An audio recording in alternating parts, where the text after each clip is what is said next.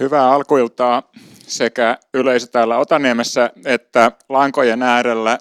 Jälleen kerran meidän Better Business, Better Society-seminaariin. Tämä taitaa olla ensimmäinen kerta ikinä, että meillä on kaksi näitä saman kalenterikuukauden aikana. Ja meillä on aikamoinen ruuhka seminaareja tulossa, mielenkiintoista sisältöä. Tämä ei ole vielä viimeinen ennen joululomiakaan.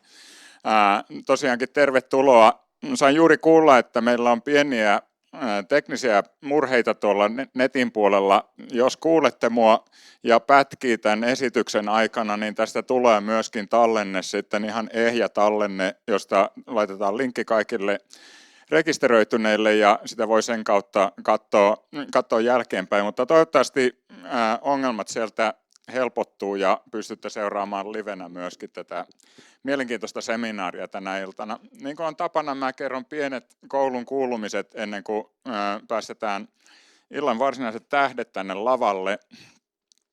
Elikkä ollaan puhuttu aika moneen kertaan siitä, miten kauppis on kasvanut melko lailla viimeisen 4 vuoden aikana, jos lasketaan nyt sisäänottoja.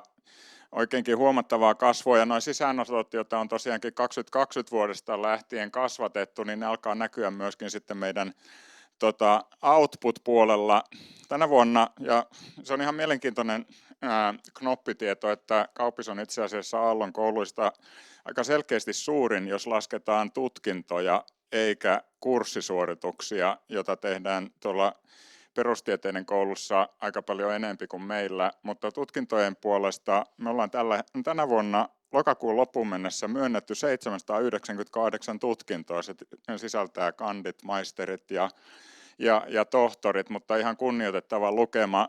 Että saa sen laitettua jotenkin skaalaan, niin siinä on reipas 4% kasvua viime vuoteen, ja suurin osa kasvusta tulee nimenomaan kandipuolella, missä noi kasvaneet sisäänotot alkaa tosiaankin näkyä. Kasvun näkee tietenkin täällä meidän rakennuksessa myöskin, että täällä on aikamoinen pöhinä käynnissä, milloin ikinä tänne tuleekaan. Olen kuullut, että keskellä yötäkin, vaikka en täällä kovin usein käykään siihen aikaan. Paitsi että opetusta on tapahtunut paljon, niin paljon on tapahtunut myöskin tutkimusrintamalla tänä vuonna. Tuossa on pari kuviota, jotka näyttää meidän huippujulkaisutuotantoa tämän vuoden osalta verrattuna historiaan. Ne, jotka tuntee kauppatieteen julkaisuja, tietää mikä FT50-lista on. Siinä on periaatteessa kultakin kauppatieteen alalta muutama huippujulkaisu, ja ne on sellainen gold standard, jota meidän tutkijat hakee, ja niin kuin näette tuosta kuvasta, niin vuosi on ollut varsin hyvä sillä saralla. Jos siitä tullaan yksi pieni askel alaspäin niin sanottuihin ABS4 tai UFO 3 luokan julkaisuihin, jotka ei ole tuossa vasemmanpuoleisessa kuvassa, niin siellä myöskin on kasvua, eli tosiaankin nämä on kansainvälisiä huippujulkaisuja, mitkä pääsee noihin kuviin, ja niissä on ihan selkeä kasvu verrattuna muutamaan viime vuoteen. Eli hienoa työtä meidän tutkijat tekee tuolla saralla. Halusin vielä mainita ihan erikseen, meillä on nyt Kauppikselta mukana tutkijoita 2 uudessa lippulaivahankkeessa, jota Akatemia rahoittaa. Rahoituspäätökset ei ole vielä tullut, mutta nämä lippulaivastatukset on myönnetty jo näille tuleville lippulaivoille, ja tosiaankin meidän taloustiede on mukana koulutukseen liittyvässä lippulaivassa, ja sitten johtamisen laitokselta ollaan mukana kvanttiteknologiaan liittyvässä lippulaivassa, ja sen ryhmän Nina Granqvist, joka johtaa sitä toimintaa johtamisen laitoksella. Hänet myöskin viime viikolla kutsuttiin tällaisen OECDn Global Forum on Technology Expert Focus Groupiin. En tiedä, mitä se suomeksi voisi olla. Eli hän pystyy suoraan, tai häneltä periaatteessa pyydetään asiantuntijakommentteja liittyen kvanttiteknologiaan ja sen käyttöön. Eli ihan todellinen näköalapaikka, ja tietenkin saadaan olla hirveän ylpeitä, että meiltä kutsutaan väkeä tuollaisiin paikkoihin. Siirrytään varmaankin päivän ohjelmaan. Meillä on todella mielenkiintoinen paneeli tulossa. keskustelu. Ja tässä nyt pikkusen mannerlaatat liikkuu sen puoleen, että me tehdään tämä nyt tällä kertaa yhdessä tuotantotalouden kanssa. Totta kai me tehdään paljon muutakin asiaa, eli tuohon tavallaan vitsin tasolla me tehdään paljon Aallossa yhteistyötä ja tämä on ihan hienoa, että päästään tällainen seminaari rakentamaan yhdessä. Eli meillä on kolme esiintyjää tulossa tänne lavalle. Minä vaan mainitsen heidät nimeltä tässä, vaikka kalvoltakin osaatte varmasti lukea, että Frank Martela siis tulee tuolta tuotantotalouden laitokselta. Jukka Rintamäki on meidän johtamisen laitoksen professori ja sitten Kirsi Piha tulee antamaan meille ehkä käytännön näkökulmia. Katsotaan, minkä tämä keskustelu meidät johtaa, mutta tosiaankin toivotan Frankin ensimmäisenä lavalle. Kiitos.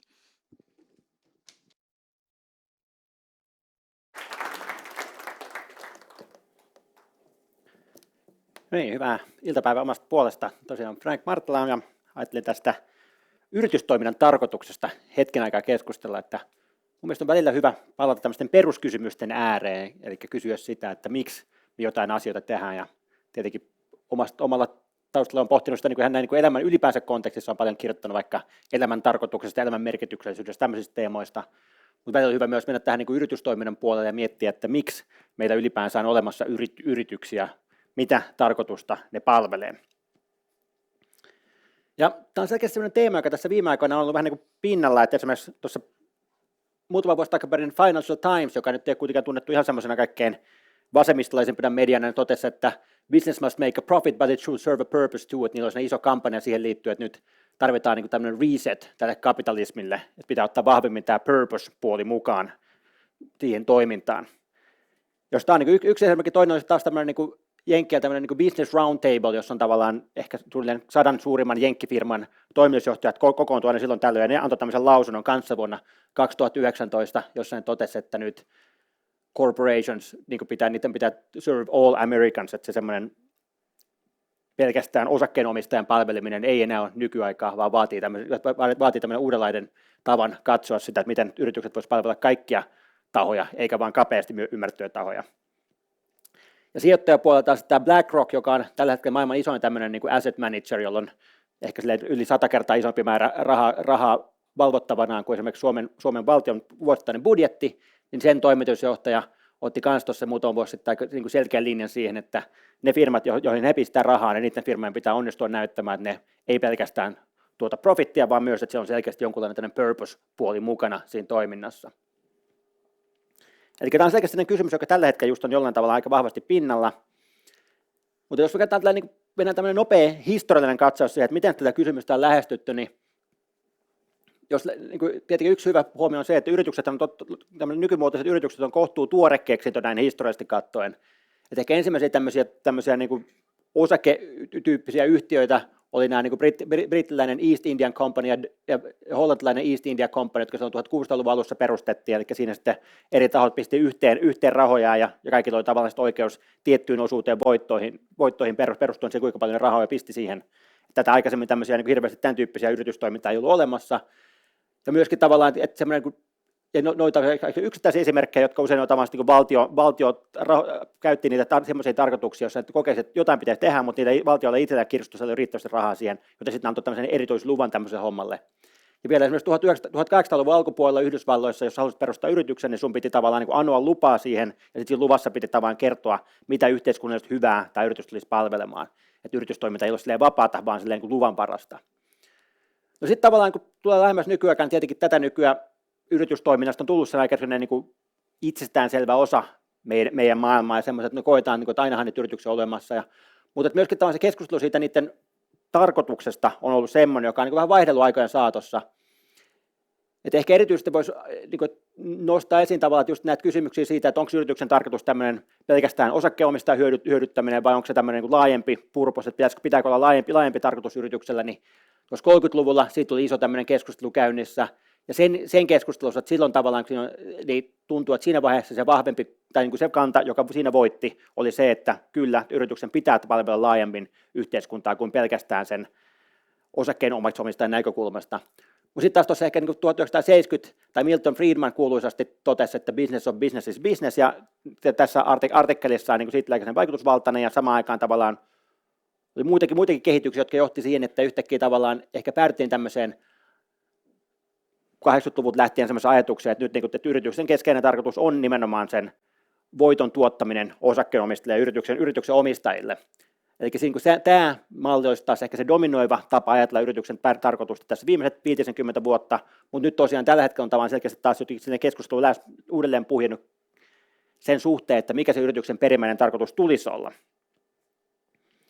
No sitten jos me aletaan ymmärtää tätä kysymystä, että okei, tämä on sellainen kysymys, joka on tavallaan vellonut, siitä lähtien kun yrityksiä on laitettu perustamaan, on aina käyty sitä keskustelua siitä, että mikä se yrityksen tarkoitus on ollut, ja joinakin aikakausina on enemmän vallinnut tietynlainen näkemys, toisina aikakausina vähän toisenlainen näkemys.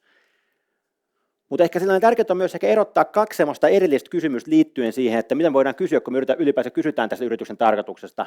Koska me voidaan toisaalta puhua vaan niin yritystoiminnan ylipäänsä tarkoituksesta, että miksi meillä ylipäänsä on yrityksiä, ja toisaalta voidaan keskittyä tavallaan siihen kysymykseen, että mikä on jonkun tietyn yksittäisen yrityksen tarkoitus. Eli tämä eka kysymys liittyy siihen, että miksi meillä ylipäänsä on yrityksiä. Miksi niin moni valtio on luonut mahdollistanut tämän yritystoiminnan oman lainsäädäntönsä kautta? Koska niin kuin todettu, niin tämä on tämmöinen vähän kohtuu tuore ilmiö, joka on olemassa sitä kautta, että on luotu sellainen lakitekninen kehikko, jonka avulla yrityksiä pystytään perustamaan, mutta tuntuu, että tätä nykyään valtaosa maailman valtioista jollain tavalla kokenut, että tämä on järkevää luoda sillä kehikkoa, jonka avulla pystytään perustamaan yrityksiä. Ja erityisesti just tämä tämmöinen rajoitetun vastuun yritystoiminta, eli tavallaan se, että sä perustat yrityksen, mutta sä et ole henkilökohtaisesti vastuussa niistä varoista, on yksi niin keskeinen innovaatio, joka tähän on liittynyt, että jos miettii tämmöistä modernia startup-kulttuuria, jossa valtaosa startupeista kaatuu, mutta joistakin tulee tavallaan sellaisia menestystarinoita, niin se olisi ollut aika paljon hankalampaa semmoisena aikana, että jos olisi käynyt ilmi, että jos siinä vaiheessa, kun sä jäät velkaa jollekin taholle, niin siinä vaiheessa tavallaan joudut itse johonkin velkabankeuteen tai velkaorjuuteen, tai sun lapset viedään tavallaan sen takia velkaorjuuteen, kun niin kuin vaikka joskus keskellä vielä saattoi tapahtua, jos ihminen tai hänen yritystoimintansa velkaantui. Eli se tavallaan, että se semmoinen riskinoton mahdollistaminen sitä kautta, että ihminen ei ole henkilökohtaisen vastuussa niin yrityksen rahoista ja yrityksen veloista, oli ehkä sen yksi keskeinen innovaatio, joka johti tämmöiseen moderniin yritystoimintaan. Mutta sitten voidaan tietenkin kysyä, että mitä hyötyä tästä yritystoiminnasta kokonaisuudessa on ihmiskunnalle, mihin meidän pitäisi sitä yritystoimintaa näin niin ohjata, koska tavallaan se kuitenkin se yritystoiminta tapahtuu tietyn regulaation puitteissa, on aina tietyt lait, jotka ohjaavat sitä toimintaa, niin mikä on tavallaan se isompi tarkoitus, jonka takia me halutaan tämmöisiä yrityksiä olevan olemassa ja mihin ne suuntaan me halutaan sitä pyrkiä ohjaamaan. Niin tämä on oikeastaan tavallaan niin se kysymys yritystoiminnan tarkoituksesta ylipäänsä. No sitten se toinen kysymys on sitten tavallaan se, että se yksittäiset yritykset. Eli sitten kun meillä on se yksittäinen yritys, joka toimii näiden regulaatioiden puitteissa tietyssä maassa, niin voidaan lähteä kysymään, että mihin tämä yksittäinen yritys tähtää, mikä on niin kuin sen päämäärä, mitkä on sen arvot ja strategiset tavoitteet, mihin suuntaan se on kokonaisuutenaan menossa. Ja mä uskon, että tämän osalta ehkä voisi sanoa, että se ei oikeastaan koskaan pelkistettävissä vain yhteen tarkoitukseen, että se, niin kuin, että jos yritys väittää, että se pyrkii vain yhteen asiaan, niin se yritys ei ole niin kuin hirveän ehkä rehellinen se omasta toiminnastaan, koska aina tavallaan niin kuin se on kuitenkin jonkunlaista optimointia erilaisten tavoitteiden välillä. Eli vaikka ihan voiton maksimointikin, että vaikka yritys siihen pyrkisi kuinka paljon, niin sekin usein tapahtuu parhaiten epäsuorasti, että jos yritys vaikka asiakkaille kertoo, että meidän tarkoitus on pyrkiä maksimoimaan kaikki meidän voitto, sen sijaan, että sanoo, että hei, meidän pyrkimys on palvella teitä asiakkaita, tai jos ne työntekijöille kertoo, että hei, me halutaan olla hyvä työntekijäorganisaatio, eikä kerro silleen, että meidät työntekijät ovat pelkkiä instrumentteja tähän voiton tavoitteluun, niin tämmöiset yritykset todennäköisesti menestyy paremmin ihan sen niin kuin voiton maksimoinninkin kannalta, kuin sellaiset yritykset, jotka kertoo suoraan, että me ei pyritä mihinkään muuhun kuin voiton maksimointiin, keinolla millä hyvänsä. Eli usein tavallaan se, että panostaa asiakkaisiin, panostaa työntekijöön ja onnistuu tekemään se joku uskottavasti, niin on usein sellainen niin tapa lopulta päästä myös siihen parempiin taloudellisiin tuloksiin. Eli siinä mielessä tavallaan se uskon, että se yritystoiminta useimmiten on kuitenkin jonkunlaista balansointia näiden erilaisten tavoitteiden välillä, jos jotkut on ehkä pidemmän tähtäimen tavoitteita, jotkut on lyhyemmän tähtäimen tavoitteita. Joten sitten niin tavallaan se kysymys ehkä enemmän se, että tältä osalta se, että miten se tasapainoillaan erilaisten näiden tavoitteiden asiakashyödyn, omistajahyödyn, työntekijähyödyn, yhteiskunnallisen hyödyn välillä. Ja sitten jotta tavallaan, kun päästään tässä niin kuin debatissa kunnolla niin kuin tavallaan liikkeelle, että jos nämä on nyt ne kaksi kysymystä, niin mä ajattelin, että vielä tässä lopussa voisin, tai niin kuin tässä nopeasti voisin yrittää tarjota jonkinlaisia ajatuksia siitä, että mikä mun mielestä näiden vastaus näihin kysymyksiin voisi olla. Eli mikä se yritystoiminnan tarkoituksen pitäisi olla? Et nyt me ollaan tavallaan niin käyty sitä historiaa läpi ja vähän niin käyty läpi, että mitkä ne kaksi kysymystä on, mutta mikä sitten voisi olla niin kuin vastaus näihin kysymyksiin.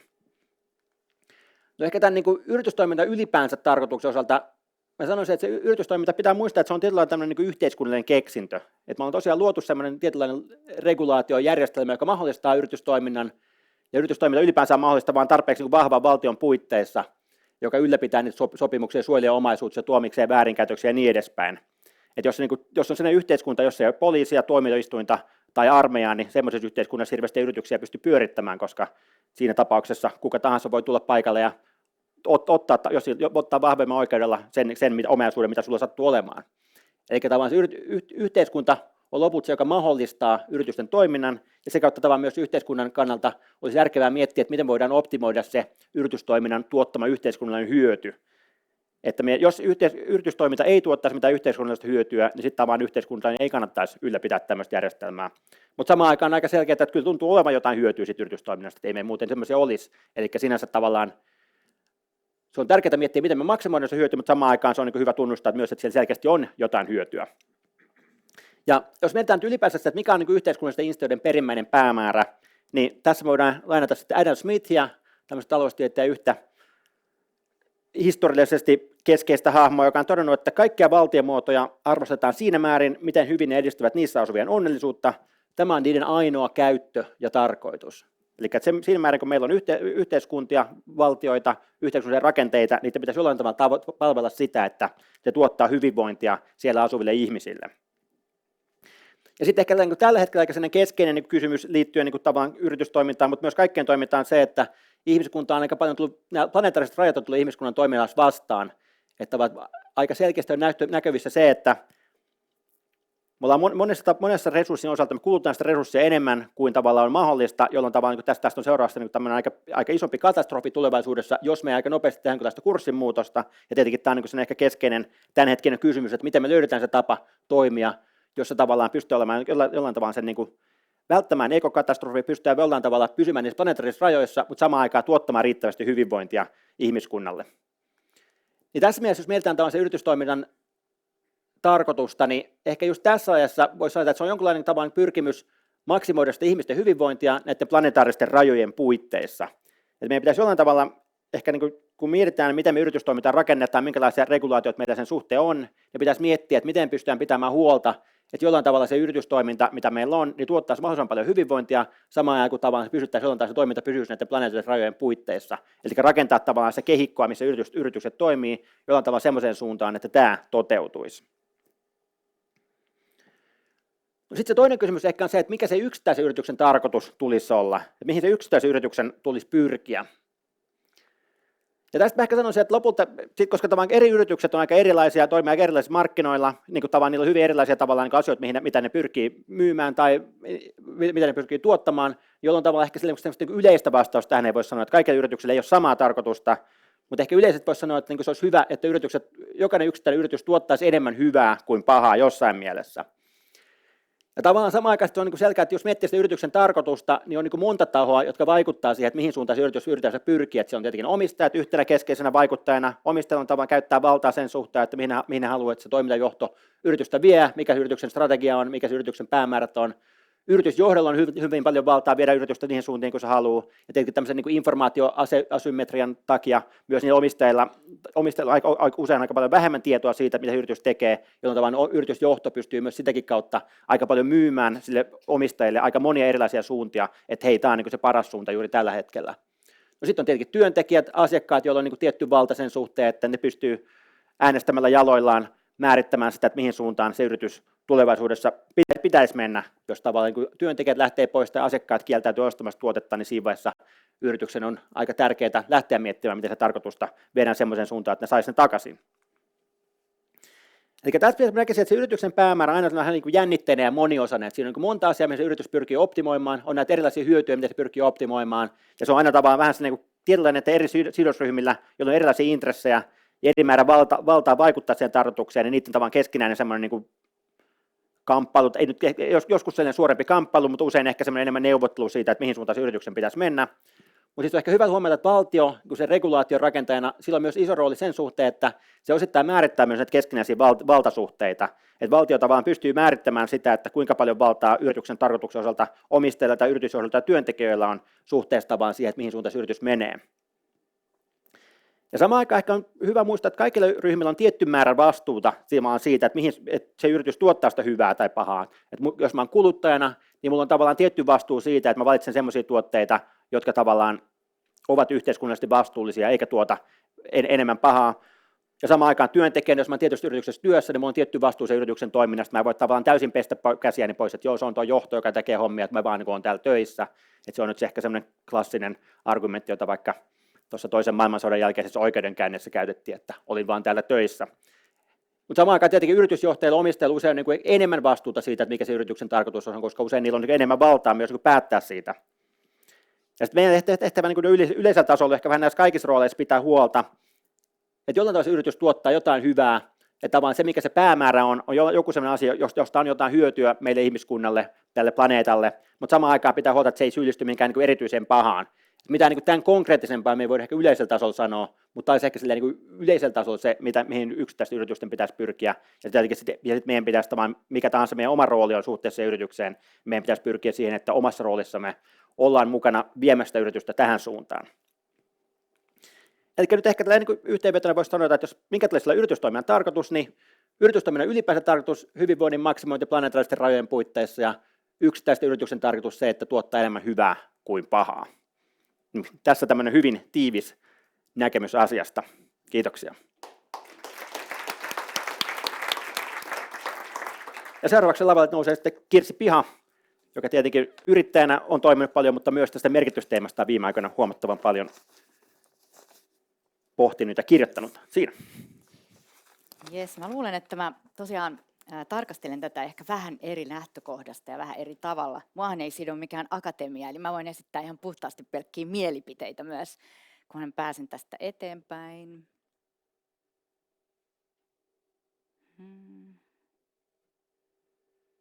Onko jollain silmällä sitten ja näkee, että meneekö mä oikeaan suuntaan? Se ei jostain syystä ota tosta. No niin, katsotaan, että mä osaan sen. Yes. Ja oikeastaan lähtien otsikosta, mä tiedän, että piti puhua yritysten tarkoituksesta ja mä tietoisesti en halunnut laittaa sitä otsikkoa, vaikka käsittelen myös sitä.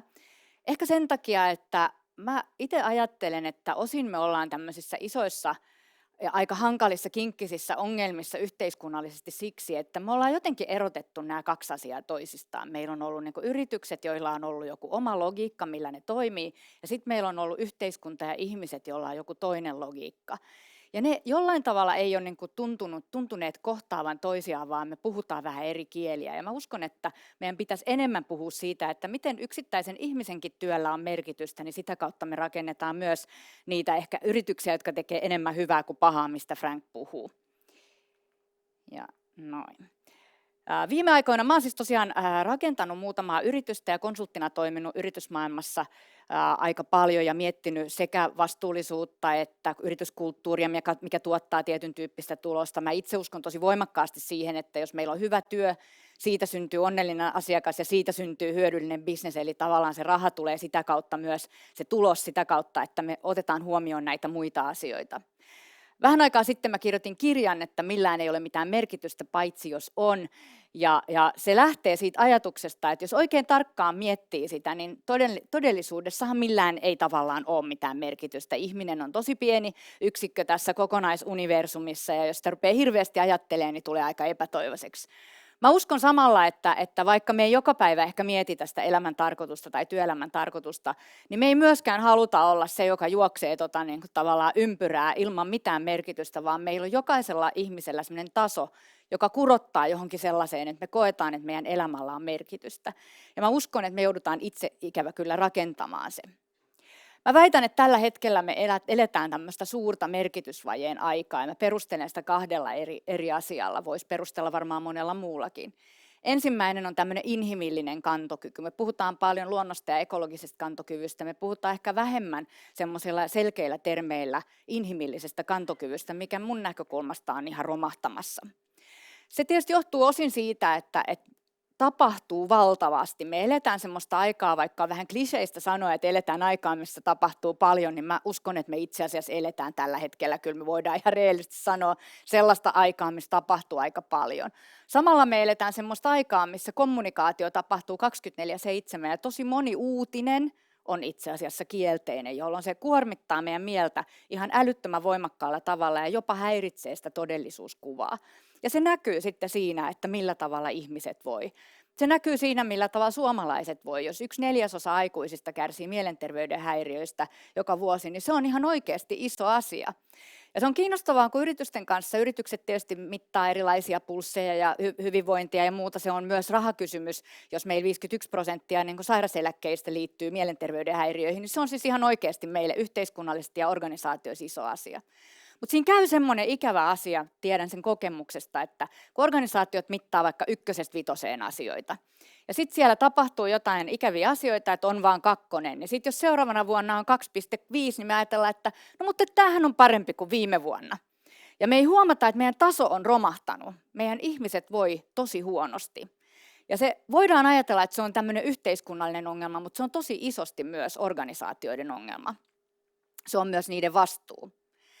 No mä väitän myös, että me ollaan jotenkin itse asiassa ryhdytty elämään semmoista vähän outoa tapaa ajatella, että se elämä, me ollaan jotenkin tungettu elämä semmoiseen viitekehykseen, että me synnytään, sitten meidät työnnetään jonnekin putkeen, josta meidät massana ikään kuin työnnetään pois, on se sitten koulu tai työelämä tai mikä sitten onkaan, kunnes me putkahdetaan mielellään suoraan arkkuun. Koska sehän on ikävää, jos me putkahdetaan sieltä meidän putkesta, mitä me on odotettu ikuisesti siellä työelämässä sitä eläkeaikaa, ja se kestääkin tosi kauan, koska sittenhän siitä tulee yhteiskunnallinen ongelma. Ja me ei ehkä huomata, mutta jos te seuraatte vaikka poliittista kieltä, niin se on todella häiritsevää, millä tavalla siitä puuttuu yksilö. Siitä puuttuu yksilö.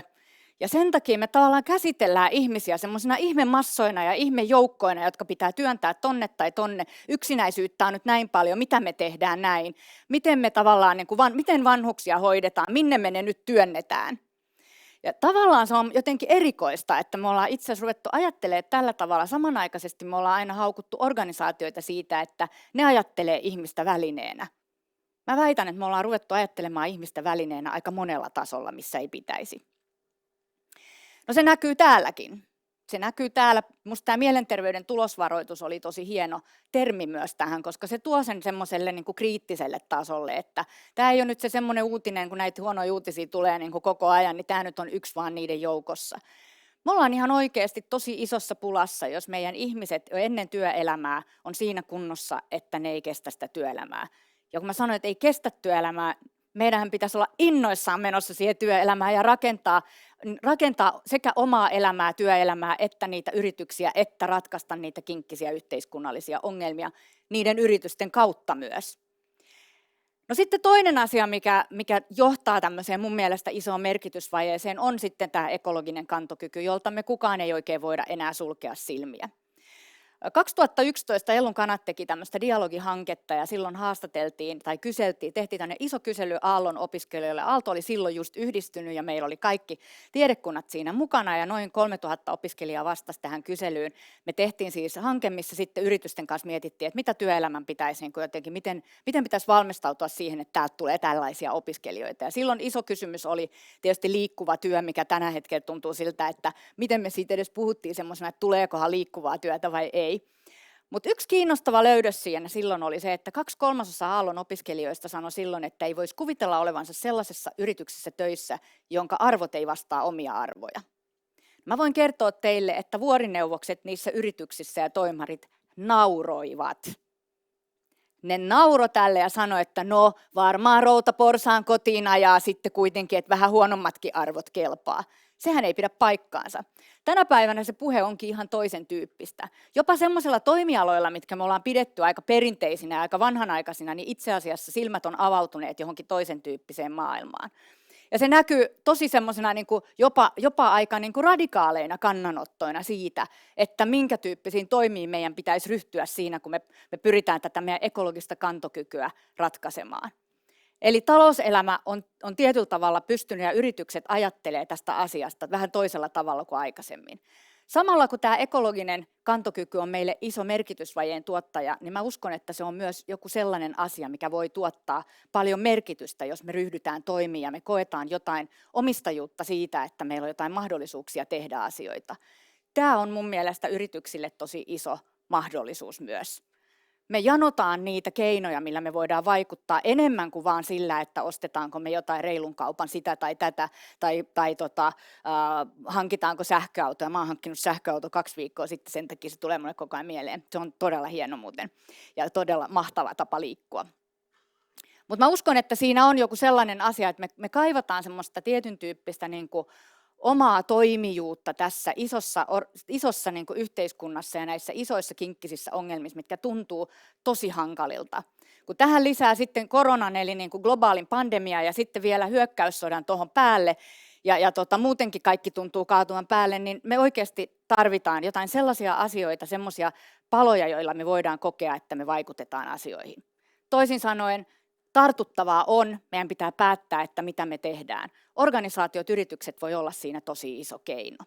Mä en käy näitä läpi, kun Frank tosi hienosti käsitteli näitä niin kuin vastuullisuutta ja purposea, mutta ne liittyy vähän toisiinsa. Eli vastuullisuus on ehkä sellainen, mistä puhuttiin jo silloin 2011kin, vaikka ehkä vuorineuvokset ei vielä niin hirveästi ostanut sitä ajatusta, niin vastuullisuus on tavallaan sellainen tapa, että millä tavalla me asioita tehdään.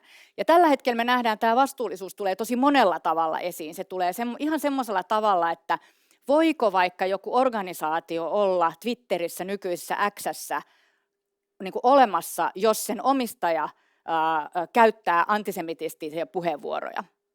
Voiko joku yritys tehdä vaikka Kärkkäisen kanssa yhteistyötä?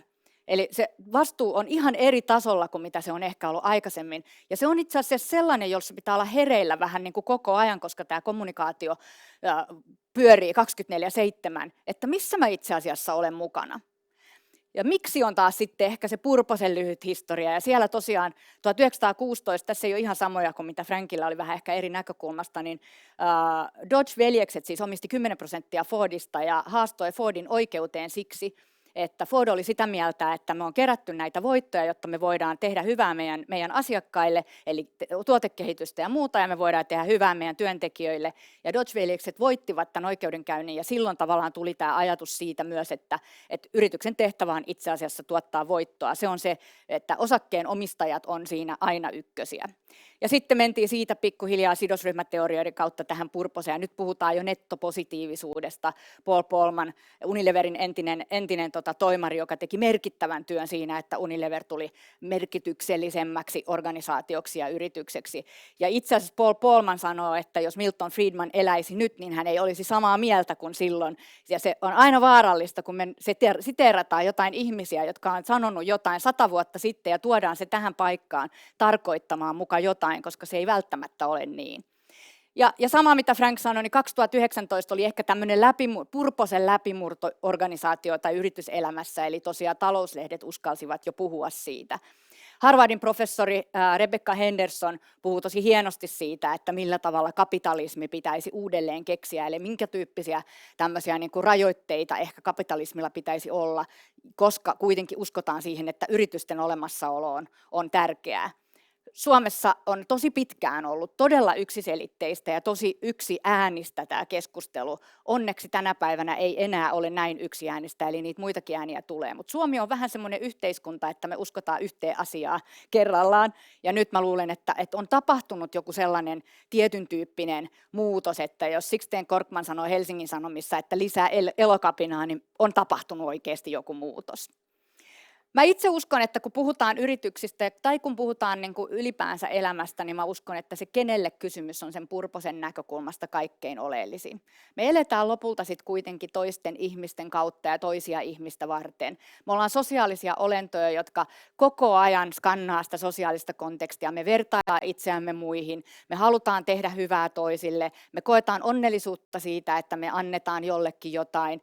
Ja on tutkitusti niin, että se, että tekee jotain toiselle ihmiselle, niin tuottaa parempaa elämää myös itselle. Eli yksilö hakee luontaisesti yhteyttä muihin ihmisiin, ja sekin on organisaatioiden yksi vahvuus. Organisaatiothan on mahtava asia. Sehän on täynnä ihmisiä. Meillä on ihmisiä, joiden kanssa me voidaan tehdä jotain merkityksellistä asiaa. tiimit, sama juttu, kukoistus syntyy siitä, että meillä on hyvät ihmissuhteet siinä tiimissä. Jokainen tietää, että se organisaatio tai yritys voi olla vaikka kuinka merkittävä tässä niin kuin yhteisessä hyvässä.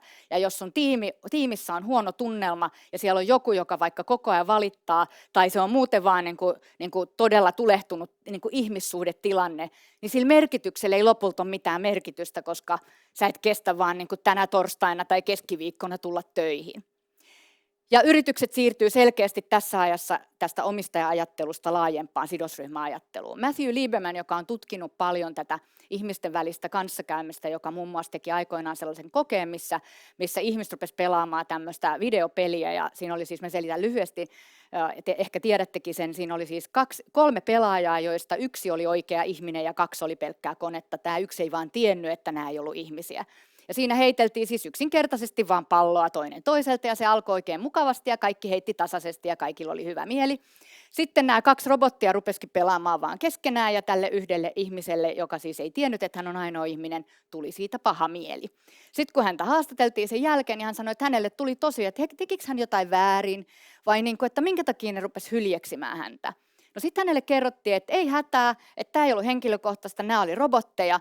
Niin kiinnostavaa on se, että sen jälkeenkään sen ihmisen huono mieli ei itse asiassa mennyt pois. Me ollaan todella persoja sille, että ollaanko me niinku hyväksyttyjä ja tykättyjä. Ja on hyvä huomata, että kun siellä X:ssä pyörii ja huutaa iltaisin, että myös se, että se ihminen ei tunne sitä ihmistä tai vaikka se olisi vaan trolli, niin vaikuttaa meihin tosi kielteisesti. Eli kaiken kaikkiaan meidän merkitys löytyy kuitenkin jollain tavalla aina muista ihmisistä. Ja mä uskon, että organisaatioiden seuraava vuosikymmen, toivottavasti monta vuosikymmentä, itse asiassa keskittyy ihmissuhteisiin. Ja se ei ole pelkästään sitä, että olisipa kivaa, että meillä olisi kivaa. Näiden kaikkien ongelmien ratkaisemiseen, mitä yritykset kuitenkin myös tekee omalla liiketoiminnallaan, ja yritysten omien ongelmien, oli se purpose mikä tahansa ratkaisu, vaatii tänä päivänä tässä kompleksisessa maailmassa sitä, että me pystytään toimimaan tiimeinä.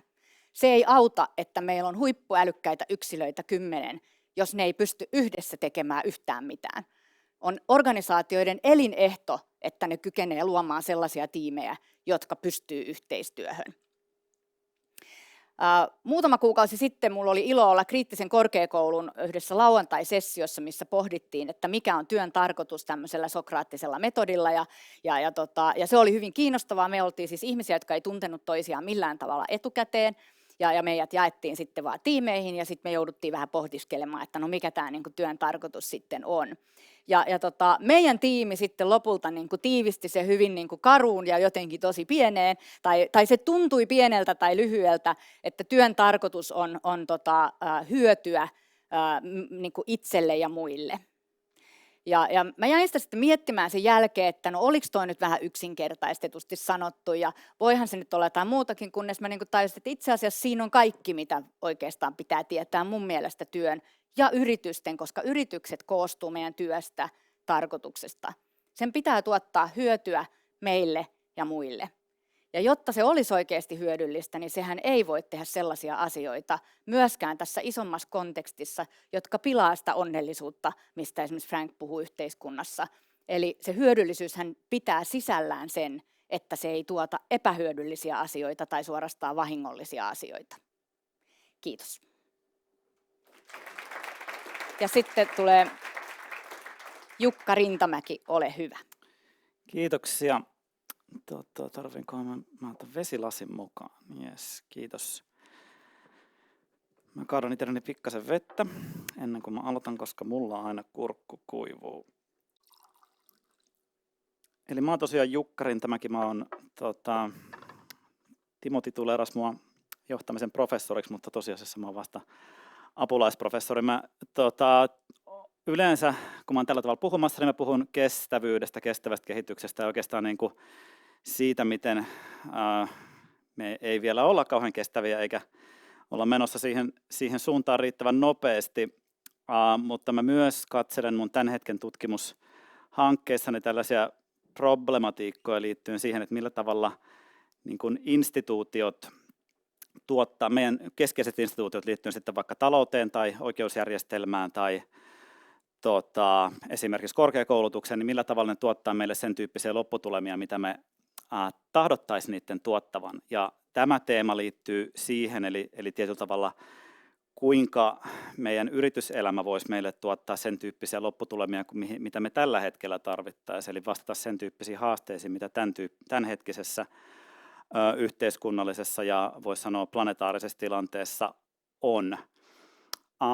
Ja tämä mun esitykseni, mä tässä tosiaan kun silmäilin Frankin ja Kirsin esityksiä aikaisemmin, niin mä otin tästä jotain osia pois ja kiireesti lisäsin muita, koska mulla tosiaan näitä samoja taustatuksia kävin siinä itsekin läpi ja ajattelin, että niitä ei tarvitse vielä käydä, mutta katsotaan nyt vähän, että mitä tästä tulee. Että mun pääteesi on siis sellainen, että tämä yritysten tarkoitus on meidän tämänhetkisessä instituution järjestyksessä, eli siitä millä tavalla yrityksessä on normaali toimia, niin se tarkoitus pitkälti usein, ei aina, jää puheeksi ja se on jatkumoa tälle yritysvastuupuheelle ja kestävyyspuheelle ja muulle sen sellaiselle. Ja mä yritän tässä pikkasen pohdiskella sitten myös sitä, että kuinka me voitaisiin siirtyä paremmin puheen tasolta tekemisen tasolle.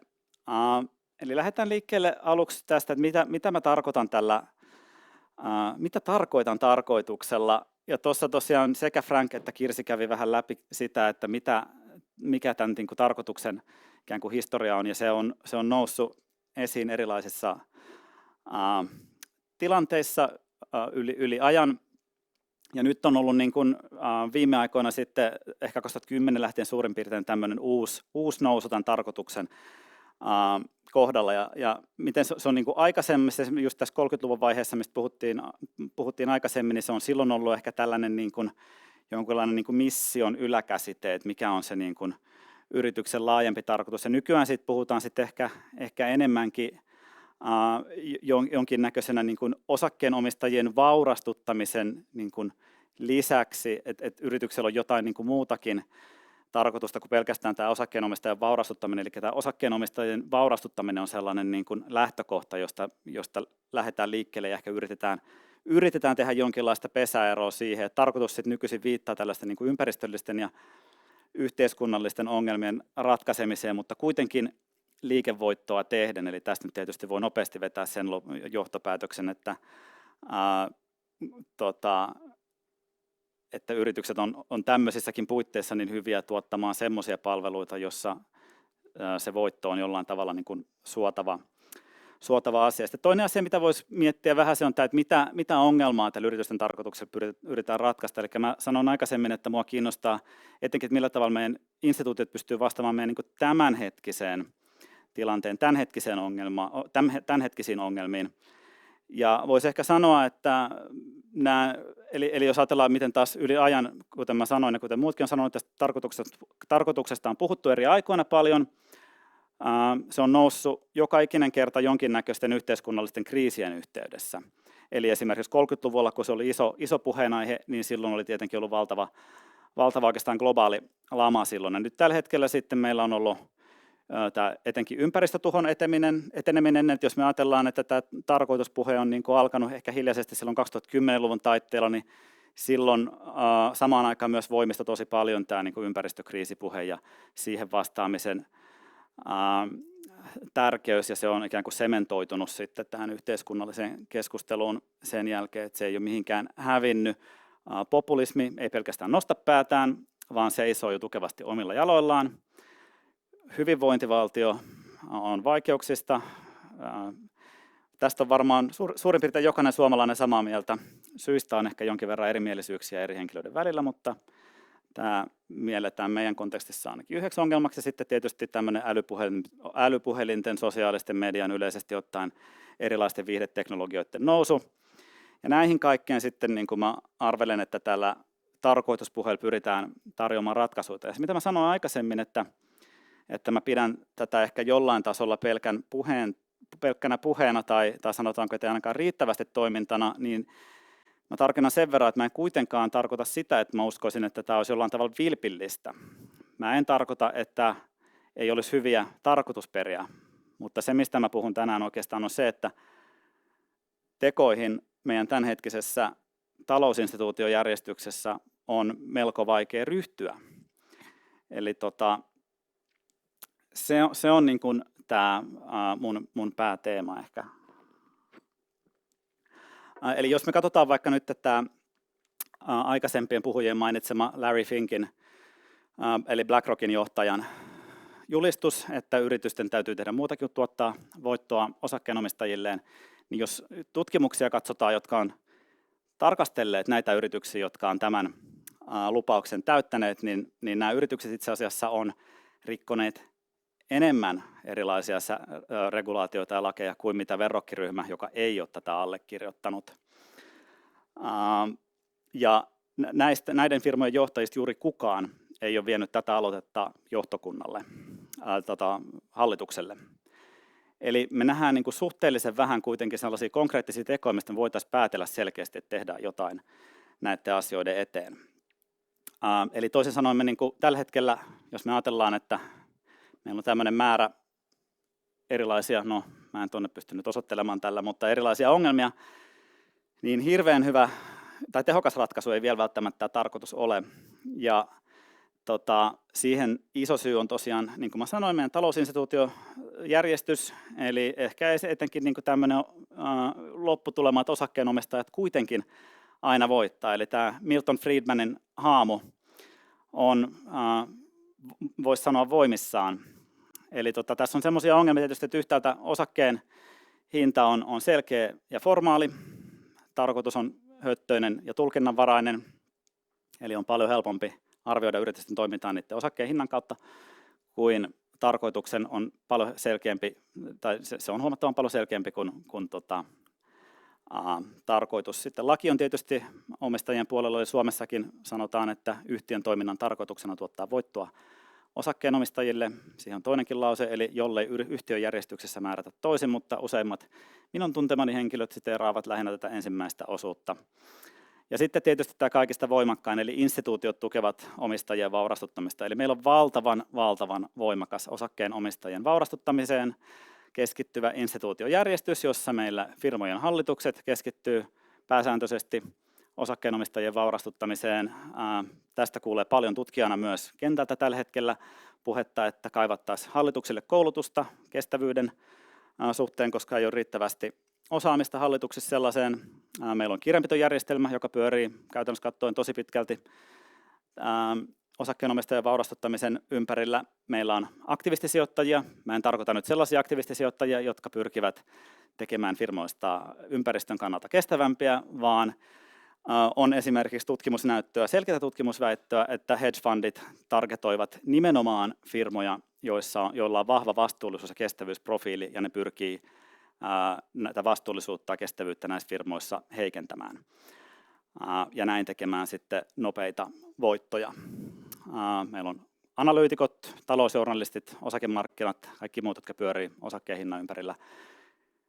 Osakkeen omistajien vaurastuttaminen on vähän niin kuin painovoima. Se voittaa aina, lähestulkoon aina. Joitain poikkeustapauksia on. Yhtenä esimerkkinä näistä epäonnistumisista voidaan nähdä Google, joka aloitti tällaisena idealistisena, hienona teknologiastartuppina, jossa sloganina oli, että älä ole paha, don't be evil. Sittemmin firma on kerännyt valtavat määrät hirvittävän paljon yksityisyyttä loukkaavaa ja yksityiskohtaista dataa suuresta määrästä ihmisiä, jonka tietenkin voi jollain tavalla rahallistaa. Ja kas kummaa, tästä koko Don't be evil -sloganista on hankkiuduttu sitä myöten myös eroon. Eli muunlaiset arvot ovat ottaneet voiton Googlella siinä vaiheessa, kun todella isot rahat ovat tulleet peliin. Ja nyt mä yritän nopeasti puhua läpi muutamia ratkaisuehdotuksia, eli mä käyn ensin läpi muutamia tämmöisiä muiden ehdotuksia ja sitten vähän pieniä syntetisointiajatuksia omasta päästäni. Eli yksi ratkaisu, mitä on ehdotettu eri suunnista, on, että täytyisi kasvattaa vaihtoehtoisten yritysmuotojen määrää, eli erityyppisiä osuuskuntia, työntekijöiden omistamia osuuskuntia. Niistä varmaan globaalisti paras esimerkki on espanjalainen Mondragon, valtava globaali firma, joka on työntekijöidensä omistama. Suomessa meillä on tietenkin vaikka S-ryhmä, joka on asiakkaiden omistama yritys. Sitten perheyritykset, niillä voi olla vähän laajempi arvopohja. niillä ei ole samantyyppistä vastuuta osakkeenomistajille ja sen ympärillä pyöriville instituutioille. Sitten on yhteiskunnalliset yritykset. Jenkeissä on jopa tämmöinen Better Corporation, joissain osavaltioissa lakiin kirjattu yritysmuoto. Ja sitten säätiöomisteiset yritykset, joista varmaan tämän hetken tällaisena tunnetuimpana esimerkkinä Patagonia, joka suureen ääneen viime vuonna ulkoisti koko ohjauksensa ja varallisuutensa, eli omistajansa varallisuuden säätiölle, jonka tarkoitus on pelastaa maailma. Eli näistä pelastajiksi. Ja sitten mä ajattelin itse, että kyllä näissä niin jotain potentiaalia on, mutta nopeasti läpikäyden, niin suuri osa osuuskunnista on tosi pieniä, ja suuret taas sitten muistuttaa hirveän paljon toiminnaltaan listattuja yrityksiä.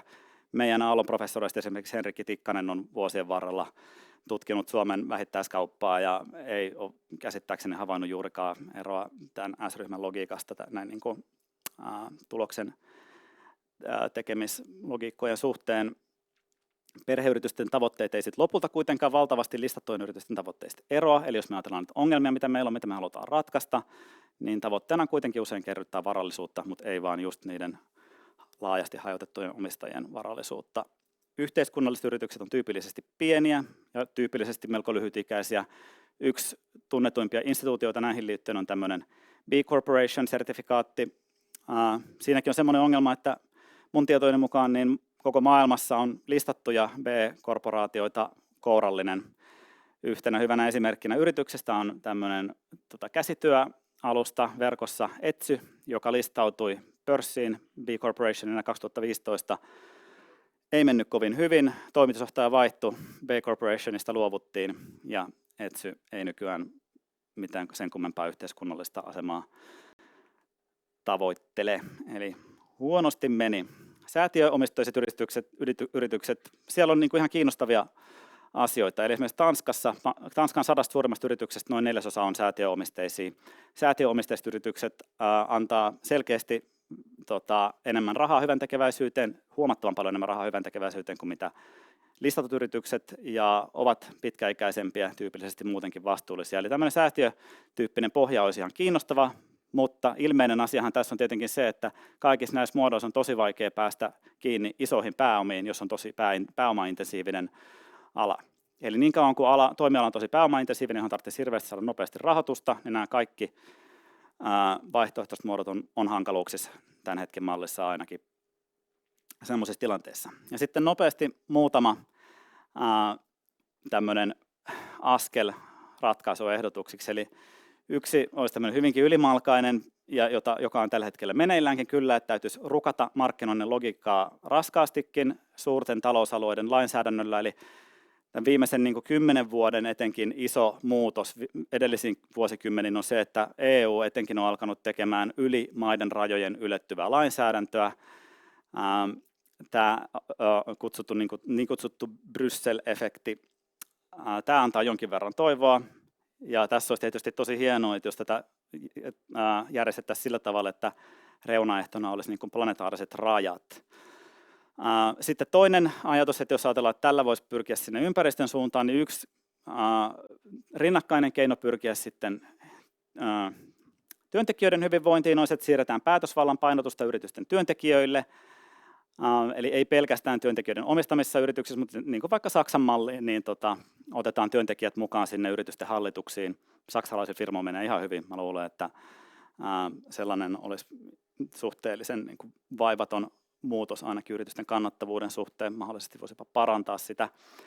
Ja sitten tietysti, kun me ollaan täällä kauppakorkeakoululla, ja minä yritän itse tähän 3. kontribuoida, niin yritetään kasvattaa ympäristöllisten ja yhteiskunnallisten päämäärien painotusta täällä kauppakorkeakoulutuksessa ja otetaan vakavasti ajatus yrityksistä osana tämmöistä laajempaa yhteiskunnallista instituutiojärjestystä, eli mietitään uudelleen sitä, että mihin ongelmiin yritystoiminnan laajemmin pitäisi nykyisin vastata. Tässä oli minun puheenvuoroni. Kiitos kuuntelemisesta.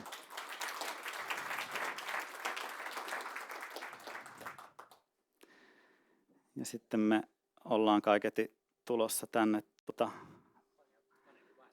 paneelivaiheeseen, jos kaikki muutkin laittaa mikrofonit päälle, niin meneekö mä tonne päähän, kun mä oon täällä lähempänä jo. Jos mä menet se keskelle. Itse vaan. Neva.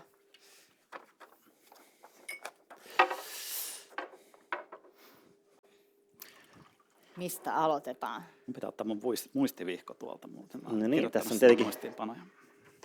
monta asiaa, mihin voisi niin tästä niin keskustelua viedä ja keskustella, mutta ehkä niin haluaisin itse vaan nostaa niin nopeasti vaan todeta, että nyt ehkä, että siinä mun omassa puheenvuorossa, että toivottavasti mä antanut liian niin negatiivista kuvaa tavallaan, että, jotenkin, että yrityksiä pitäisi liikaa reguloida tai muuta, koska mä kuitenkin lopulta näen, että yritykset kuitenkin on sellainen aika niin kuin tärkeä yhteiskunnan voima, joka niin kuin, jos mietitään tavallaan meidän arkipäivää, niin aika paljon asioita, mitä me arjessa tavallaan hyväksi käytetään niin erilaisten yritysten tekemiä keksintöjä ja tuotteita, jotka tavallaan on tehnyt meidän arkipäivästä huomattavasti laadukkaamman ja hyvinvoivamman kuin se oli ehkä ollut 50 vuotta tai 100 vuotta sitten, että siinä mielessä yrityksillä on hyvin paljon myönteistä voimaa tuottaa maailmaan kaikkea hyvää. Tähän ehkä jatkoa. Mä jäin myös pohtimaan tätä samaa asiaa ja mä otan nyt esimerkkinä sen mun sähköauton, että jos ei olisi yrityksiä, niin mulla ei olisi sähköautoa, millä mä voin ajaa, vaan mä ajaisin edelleen bensa-autolla. Jos ei olisi ollut yrityksiä, jotka olisi markkinoinut sitä sähköautoa sellaisella tavalla, että se tuntuu mun mielestä niin kuin mahdolliselta tavalta liikkua, mulla ei olisi sitä sähköautoa. Eli toisin sanoen, kyllähän yritykset pystyy ratkomaan näitä ongelmia ja mä ajattelen sitä ehkä vähän toisella tavalla, vähän eri näkökulmasta myös, että se ei ole pelkästään niin, että ajatellaan, että yrityksen ei pitäisi tuottaa voittoa, vaan mä ajattelen, että yritys voi tuottaa myös voittoa ja silti ratkoa näitä ongelmia. Ja itse asiassa tekee sen tosi paljon ketterämmin kuin mikään tavallaan ylhäältä alaspäin suunniteltu malli.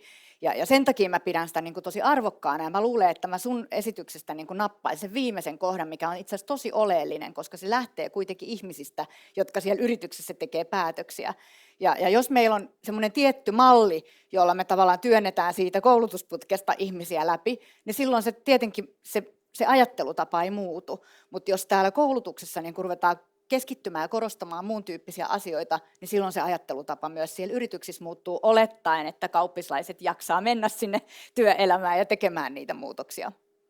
Joo, mä nopeasti tähän näin, että mulla on siis ihan sama näkemys itsellä, että totta kai yritykset on valtavan hyödyllisiä ja yritystoiminta on niin kuin hirveän hyvä tapa organisoida erilaisia yhteiskunnallisia funktioita. Mun piti tarkentaa jossain vaiheessa esitystä, että tosiaan mä en ole sitä mieltä, että yritykset saisi tuottaa voittoa. Mun painotus on siis siinä, että millä tavalla ne jaetaan ne voitot, millä tavalla se arvo jaetaan. Että se on se, niin kuin mitä ehkä ensisijaisesti pitäisi niin kuin tavallaan yrityksen ja sitten meidän liiketoimintainstituutioiden tasolla niin kuin miettiä. Ja sitten vielä ehkä kiinnostavaa on semmoinen, kun mainitsit tuon Googlen, niin kiinnostavaa on tässä sosiaalisen median maailmassa sitten taas toisaalta katsoa vaikka Facebookia tai YouTubea tai tämän tyyppisiä, jotka kun sä oot lähtenyt niin kuin nopeasti tavallaan rikkomaan olemassa olevia toimintamalleja ja luomaan jotain ihan uutta, niin sä olet samalla tullut niin kuin luoneeksi hirviön, joka itse asiassa tuottaa yhteiskunnallisesti meille todella arvaamattomia ja ikäviä niin kuin seurauksia. Ja sen hirviön taas, sit kun se on tuommoinen yritys, joka pyörii, niin sen pysäyttäminen on älyttömän vaikeaa. Ja silloin taas tavallaan yritetään reguloida, siellä ne käy niin kuin erilaisissa istunnoissa EUn ja jenkkien niin kuin tavallaan lainsäädännön niin kuin tekijöiden kanssa, mutta sen muutoksen tekeminen on älyttömän vaikeaa. Ja siinä tavallaan se, että millä tavalla me pystyttäisiin tämmöisissä tilanteissa, mitä niin kuin tavallaan keinoja meillä edes yhteiskuntana on sitten tavallaan muuttaa tällaista. Tuntuu olevan tosi vähän. Ehkä just, ja toi ehkä on varmaan just iso kysymys on tavallaan se, että osa yrityksistä tekee paljon hyvää, osa yrityksistä tekee vähemmän hyvää, ja sitten ehkä se kysymys on, että miten me saadaan pitää huolta, että se ei ole sellainen ristiriita tavallaan sillä, että tuolla on se hyvän tekeminen ja tuolla on se voiton tuottaminen, vaan miten tavallaan sitä ristiriitaa pystytään kaventamaan mahdollisimman paljon, jotta tavallaan ne on samaan suuntaan. Ja tässä nyt tietenkin varmaan yksi on tavallaan ihan tietenkin tämä, että jos perustetaan yrityksiä, jotenkin se on se perusmissio tai perusfunktio, se mistä ne saa sitä arvoa, mistä me saadaan sitä rahaa, on joku sen asia, joka on hyvä asia, niin sitten tavallaan siinä tapauksessa tavallaan se yritys niin kuin tavallaan automaattisesti yhdistäneeksi sen niin kuin hyvän tekemisen ja niin kuin voiton tuottamiseen. Mä ymmärrän, että tämä Aalto Ventures Program, mikä täällä on, niin siellä nyt pyritään jollain tavalla pitää huolta, että ne yritysajatukset, tai yritys, niin kuin tavallaan, mitä yrityksiä siellä haudotaan ja muuta, ne on sellaisia, jotka jollain tavalla liittyisivät niin kuin YK näihin Sustainable Development Goalseihin. Sitä kautta tavallaan, että mikä tahansa se, niin kuin se venture-idea sulla on siellä, niin se olisi jollain tavalla niin johonkin yhteiskunnalliseen ongelmaan keskittyvä, jollain tavalla, jos sä onnistut siinä, niin sä onnistut niin kuin tekemään rahaa, mutta sä onnistut samalla myös jonkunlaista yhteiskunnallista ongelmaa ratkaisemaan. Mä otetaan ehkä yleisökysymyksiä tuossa about 10 yli. Joo, siitä ei tullut tosiaan 10 yli alkaa yleisökysymyksiä. Tähän mä kommentoin sen verran, että liittyy myös tähän Jukan puheenvuoroon, että voiko meillä olla tämmöistä niin kuin isompien talousalueiden niin kuin tavallaan tietyn tyyppistä lainsäädäntöä ja rajoittavaa ja niin kuin näin. Mä pelkään, että tässä niin kuin vallitsevassa maailmassa se on tosi vaikeaa. Ja mun mielestä kiinnostavaa on se, että Larry Fink on siis ongelmissa Jenkeissä, koska nämä niin kuin tavallaan tietyt niin kuin vastuullisuuden tavoitteet ja purpose-asiat politisoituu. Ja mulla on ystävä, jolla on tämmöinen SDG Monitor-niminen yritys, joka pyrkii auttamaan yrityksiä niin kuin mittaamaan sitä, että millä tavalla ne tavoittaa näitä YK-tavoitteita. Hän sanoi, että Jenkeissä on tosi vaikea toimia tällä hetkellä, koska tämä SDG, siis YK-tavoitteet on politisoituneet sellaisella tavalla, että yritysten on niin kuin vaikea tavallaan omille hallituksilleen ja omille niin kuin osakkeenomistajilleen sitten niin kuin selittää, että me tehdään tätä. Niin tämä on mun mielestä super vaikea. Tämä kaikki tämmöinen polarisaatio, niin se liittyy myös näihin kysymyksiin, ikävä kyllä. Niin mä jotenkin ajattelen, että me ei pystytä odottamaan sitä, että tulisi joku yhteisymmärrys siitä, että ratkotaan näitä, vaan jotenkin mä niin kuin luotan jotenkin siihen, että se yritysten moottori pystyy antamaan meille välineitä niiden asioiden ratkomiseen, kuten nyt vaikka sitten sähköauto. Mutta ehkä me itse taas uskon, että kyllä me myös tarvitaan just niin se, että se regulaation pitää jo niin viedä sitä. Varmasti, mutta se menee helposti tosi pienet. Me löydetään se pienin yhteinen nimittäjä, se on kyllä tosi pieni helposti.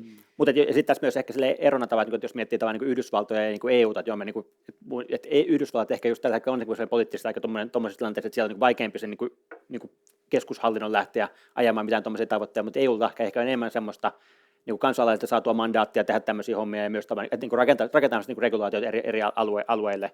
Ja ehkä tavallaan niin yksi niin parhaita esimerkkejä on tietysti niin EUn niin päästökauppa, joka tavallaan niin moni mun mielestä niin ympäristöasiantuntija on sanonut, että se on niin ehkä niin yksi parhaita asioita, mitä on tapahtunut tavallaan niin hiilidioksidipäästöjen kannalta, koska sitten kun se on tämmöinen päästökauppamekanismi, niin yhtäkkiä tavallaan sillä on hinta sillä niin saastuttamisella, jossa päästät sen niin hiilidioksidin sen ilmakehään, jolloin yhtäkkiä tavallaan niin saadaan sen yritysten tavallaan se innovaatiovoima niin valjastettua siihen, että lähtee miettimään, että hei, miten me pystytään minimoimaan tuo homma, miten pystytään pitämään huolta, että mahdollisimman vähän päästöjä tulee, että siinä vaiheessa, kun tavallaan se päästöjen hinta nousi tiettyyn tason yläpuolelle, niin yhtäkkiä yritykset alkoi löytää sellaisia innovatiivisia ratkaisuja, niin mitä enemmän saadaan tuommoisia mekanismeja käyttöön tavallaan, jos tavallaan ne hyvä tekevä juttu on se, joka regulaation ansiosta myös on tavallaan niin se voiton kannalta järkevä tapa, niin sitä parempi se on niin kaikkien kannalta.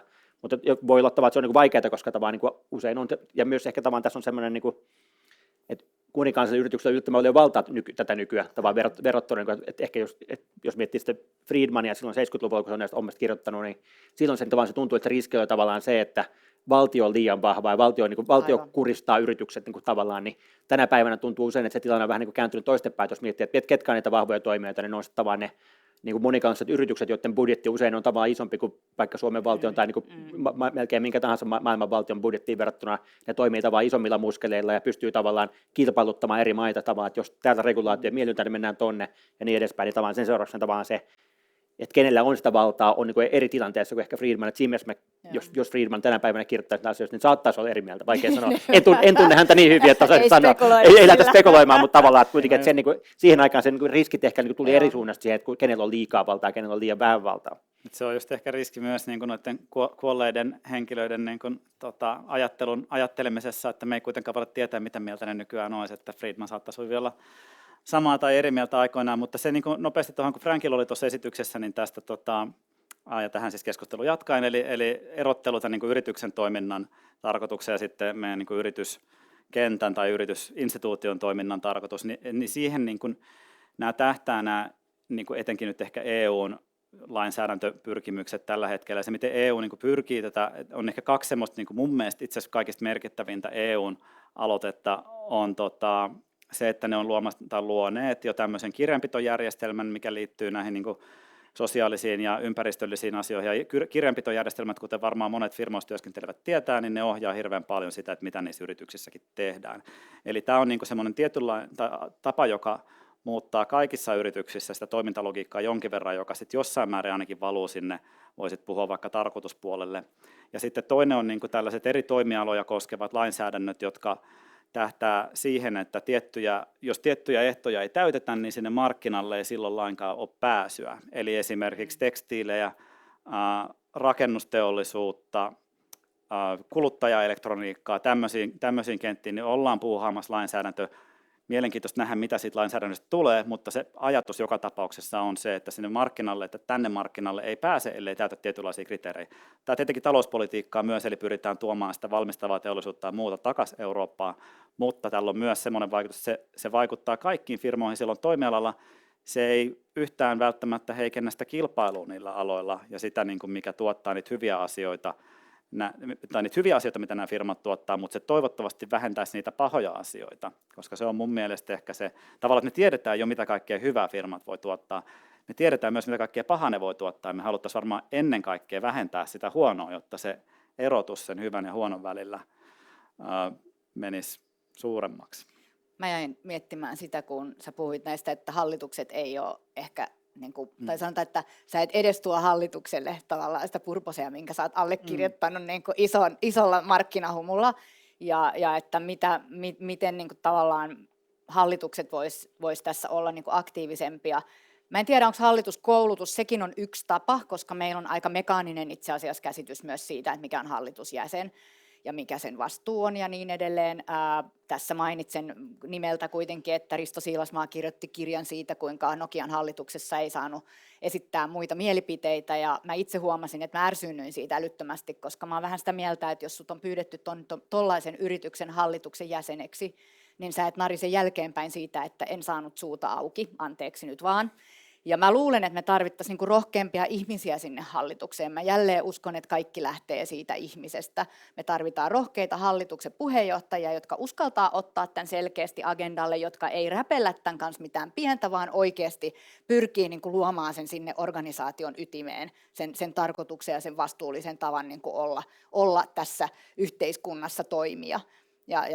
Ja siinä voi olla, että koulutuskin auttaa, mutta mä luulen, että ennen kaikkea me tarvitaan jotain muuta kuin sitä mekaanista hallituskoulutusta ja sen, että meillä on semmoinen paperi, että me ollaan hallitusjäseniä, me tarvitaan niin kuin jotain rohkeutta toimia. Ja jälleen kerran mä uskon, että se lähtee ihmisistä, ja jälleen kerran mä luon teihin katseen, jotka opiskelette vielä, että se on valitettavasti teidän hommaa olla niin kuin niitä ihmisiä sitten ja pyrkii niin kuin oikeasti. Se oli musta oikeasti kiinnostavaa, että mä oikein katsoin, että siitä on yli 10 vuotta, kun me täällä Aallossa tehtiin se kysely ja juteltiin opiskelijoiden kanssa ja muuta. Silloin jo pelättiin uupumista tosi paljon, silloin pelättiin tätä itseohjautuvuutta ja todettiin, että se on mahtava tapa tehdä työtä, mutta ei ole varma, että onko itsellä työkaluja siihen.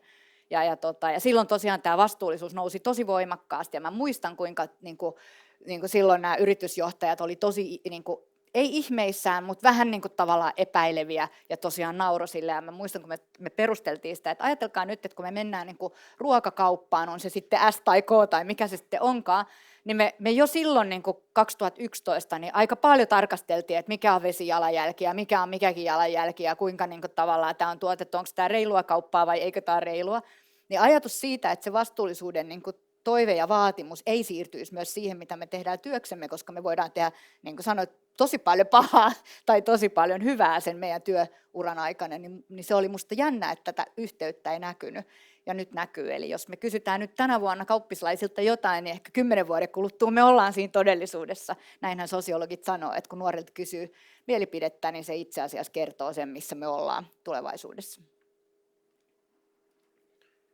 Jos me puhutaan ehkä tästä ylätasosta ja ehkä tuohon vielä tuohon just hallitushommaan, niin joissakin maissahan Ruotsissa, Saksassa vai missä on tämmöisiä, että hallituksessa myös on työntekijöiden edustaja mukana isompien firmojen hallituksessa, niin kyllä uskon, että jos miettii sitä hallituksen, mistä asioista siellä keskustellaan, mitä näkökulmia otetaan huomioon, niin tietenkin se, että se hallituksen kokoonpano vaikuttaa varmasti siihen myös paljon, että jos ne kaikki tulee samasta taustasta, niin sitten siellä on tietystä asioista konsensus, ilman että siitä huomataan edes olevan konsensus, koska tavallaan kaikki vaan sattuu ajattelemaan samalla tavalla, että jos saadaan se hallitus kokoonpanoihin myös tiettyä diversiteettiä, niin sekin voi auttaa jo tavallaan aika paljon pitämään huolta, että tietyt näkökulmat tulee mukaan siihen keskusteluun, jos hallitus pohtii erilaisia asioita. Mä nopeasti tähän näin just vastaisin, että mä oon täysin samaa mieltä tosta, ja mä sanoisin, että on niin kuin vaikeampi vaikuttaa siihen, että minkälaisista opinahjoista valmistuvia ihmisiä yritykset palkkaa ja hallituksiin nostetaan kuin siihen, minkälaisia asioita me esim. Täällä kauppakorkeakoulussa opetetaan. Et mä luulen, että sitä kautta on niin kuin kaikista, tässä on nopein tapa saada niin kuin diversiteettiä siihen näkökulmiin ja tähän liittyen, että me täällä niin kuin pyrittäisiin ottamaan. Niin kuin. Samaa mieltä. samaa mieltä. Mun on pakko sanoa kokemuksesta suomalaisista hallituksista sellainen, että mä en ole ihan hirveän imponeerattu niistä kyllä. Ja siinä tapahtuu aika helposti niin, että vaikka siellä olisikin sitä näennäistä diversiteettiä, niin siitä tulee kaverikerho, joka ei itse asiassa niin kuin konfliktoi sitä omaa päätöksentekoa juuri millään tavalla, vaan niistä tulee jees miehiä ja naisia. Ja tärkeämpää, koska me ollaan ihmisiä ja meillä on tärkeää, että sä tykkäät musta ja sä tykkäät musta, niin en mä nyt viitti, vaikka sä nyt oot mun mielestä niin kuin ihan väärässä, niin en mä nyt viitti, kun meillä on ihan kiva henki tässä nyt, niin mä en viitti pilata sitä meidän syysseminaaria kuitenkaan siellä rukalla. Niin on se vaan parempi, että mennään näin. Ja sitten toinen puoli taas on juomassa siellä pelkästään pullakahveja ja saamassa CV-merkinnän. Tämä on tosi kärjistetty näkemys, mutta valitettavasti mun on pakko sanoa, että aika paljon sellaista käytännössä näkee. Että siinä mielessä sanon, että kun sieltä löytyy se yksi rohkea, joka nostaa näitä asioita oikeasti esille, niin voi olla, että se räjäyttääkin jotain siellä, mutta pitää olla sitä uskallusta myös konfliktoida sitä nykytekemistä, koska muuten se ei tietenkään muutu. Jos nyt me puhutaan niin ylätasolla, ehkä jos mennään niin vähän niin alatason kautta taas niin liikkeelle tavalla, jos mietitään siitä yksilön merkityksellisyydestä, jos niin varsinkin Kirsi puhuu paljon siitä tavalla, että minkälaista tavalla ehkä niin varsinkin nuoret usein tavallaan kokee ehkä jonkinlaista niin kriisiä siitä nykyaikana, niin kyllähän niin sinänsä näet myös tavallaan se, että jos onnistutaan rakentaa firmalle uskottava jonkunlainen tarkoitus, että hei, tähän suuntaan me ollaan menossa, tätä hyvää me ollaan tuottamassa, niin kyllähän se tavallaan nykymaailmassa myös aika keskellinen niin rekrytointivaltti firmalle, että jos haluat niitä parhaita osaajia saada omaan firmaan, niin mä kyllä uskon tavallaan, että monet niistä, varsinkin nuorista tyypeistä, jotka ei ole vielä kyynistynyt, niin on niin sitä mieltä, että jos niillä on niitä vaihtoehtoja tarjolla, mihin voisi mennä töihin, niin jos löytyy se työpaikka, jos ne kokee, että hei, täällä on joku semmoinen niin innostava suunta, mihin me ollaan menossa, niin se on niin se paikka, mihin ne mieluiten haluaa mennä. Että kyllä se varmasti vaikuttaa aika paljon niihin siihen päätöksiin, että mihin firmaan mä haluan mennä ja mihin firmaan en mä halua mennä. Ja siinä just jos mietitään, että mitä niitä merkityksiä lähteitä ihmisillä on, niin just, että niin kuin todettu, että yksi keskeinen merkityksen lähde ihmisillä useimmiten on se, että pystyy kokee, että oman tekemisellä on myönteinen vaikutus muiden ihmisten elämään. Että se on tietenkin sellainen asia, mitä mäkin olen aika paljon omassa tutkimuksessa niin kuin havainnut tavallaan, että silloin kun ihminen kokee, että sen tekemisellä on merkitystä, niin sitä vaan se tuottaa, että se tekemisellä on hyvä vaikutus, niin se tuottaa niin kuin merkitystä sille itselle. Että meillä oli yksi tutkimus tämmöisen chileläisten kollegoiden kanssa, katsottiin Chilessä korkeakoulussa valmistuneiden kokemuksia oman työnsä merkityksellisyydestä ja havaittiin, että siinä aineistossa se oli erityisesti tavallaan semmoinen kokemus autonomiasta ja kokemus hyvän tekemisestä, jotka ennusti sitä merkityksellisen kokemusta. Eli se, että ihmiset koki, että he pääsee tekemään jotain sellaista itseään kiinnostavaa, se on tietenkin tärkeää, että jos mä en yhtään ole innostunut siitä omasta tekemisestä, jos mä en yhtään koe sitä kiinnostavaksi, niin se ei välttämättä tule niin merkitykseltä. Mutta se toinen oli sitten just vaan nimenomaan se kokemus hyvän tekemisestä, että näin niin kuin rekrytointi ja yksilön näkökulmasta, jos miettii, että miten sitä merkityksellä lähdettäisiin rakentamaan, niin pitää niin kuin löytää se, että mikä on se suunta, mikä mua innostaa, mikä mua kiinnostaa, sitten miettiä, että miten sitä tekemällä pystyy tekemään hyvää, niin sieltä tavallaan se merkityksen kokemus lähtee syntymään. Kiinnostavaa tuossa yksilön näkökulmassa on sellainen, mihin törmään niin kuin organisaatioissa, varsinkin isommissa organisaatioissa, on itse asiassa se, että siinä voi olla periaatteessa kaikki palikat jotenkin ihan hyvin kasassa suhteessa siihen, että sä koet, että sillä yrityksellä on tarkoitus, jota on niin kuin hienoa palvella ja muuta. Mutta sitten meidän isot organisaatiot varsinkin, niin se tapa, millä työtä tehdään, on tosi dismotivoiva. Eli tavallaan se tuleekin sitä kautta, sä pilaat sen niin kuin ikään kuin merkityksen tunteen sillä, että sä täytät niin kuin kaiken maailman raporttia joka päivä, etkä pääsekään tekemään sitä työtä. Terveydenhuoltoala on ehkä tosi hyvä esimerkki siitä, että me ollaan tavallaan hukattu semmoisella alalla, missä sulla on tosi voimakas kutsumus siihen ja sä koet todella merkitykselliseksi sen työn, mitä sä teet. Niin me on osattu niin kuin organisaatioina pilata se täydellisesti. Ja se on musta jotenkin semmoinen, ja se tuntuu vähän samanlaista, kun sä puhuit tuossa, että tuntuu siltä, että nämä muutokset on, että ne ei niin kuin tapahdu, että me ollaan niin pitkälle menty johonkin, että sen purkaminen onkin yhtäkkiä älyttömän vaikeaa. Ja musta tuntuu, että tässä ollaan niin kuin jossain semmoisessa maailmassa, minkä purkaminen on vaikeaa, sen sijaan tulee lisää Exceliä ja lisää jotain koko ajan, ja kaikkea mitataan semmoisella tavalla, että se ei tunnu enää millään tavalla inhimilliseltä tai merkitykselliseltä. Ja se on musta yksi semmoinen, minkä kanssa mä työskentelen paljon, että miten me voitaisiin tehdä niitä asioita jotenkin semmoisella tavalla, että me koetaan ihmisinä siinä, koska muutenhan me ollaan siinä se yksi tyyppi siellä universumin kokoisessa kaikkeudessa, joka tuntee olonsa mitättömäksi. Tämä sun kuvailema vieraantumisen kokemus oli hyvin vahva brittiyliopistossa työskennellessä, mutta ihan nopeasti vaan niin kuin Frankin yksi teemoista on itseohjautuvuus ja me ollaan ajauduttu ymmärtääkseni meidän niin kuin paneeliosuuden päähän. Okei. Onko näitä tuollaista tämmöinen Joo, voidaan itseohjautuva pikkuhiljaa paneeli, avata kysymykset niin lopettaa yleisesti. meidän oman No, ainakin puheenvuoron? tuolla oli ja sitten Joo, ja tuolla. siellä Joo. oli ensimmäinen kesä, ainakin siellä jo hetki aikaa sitten. Niin.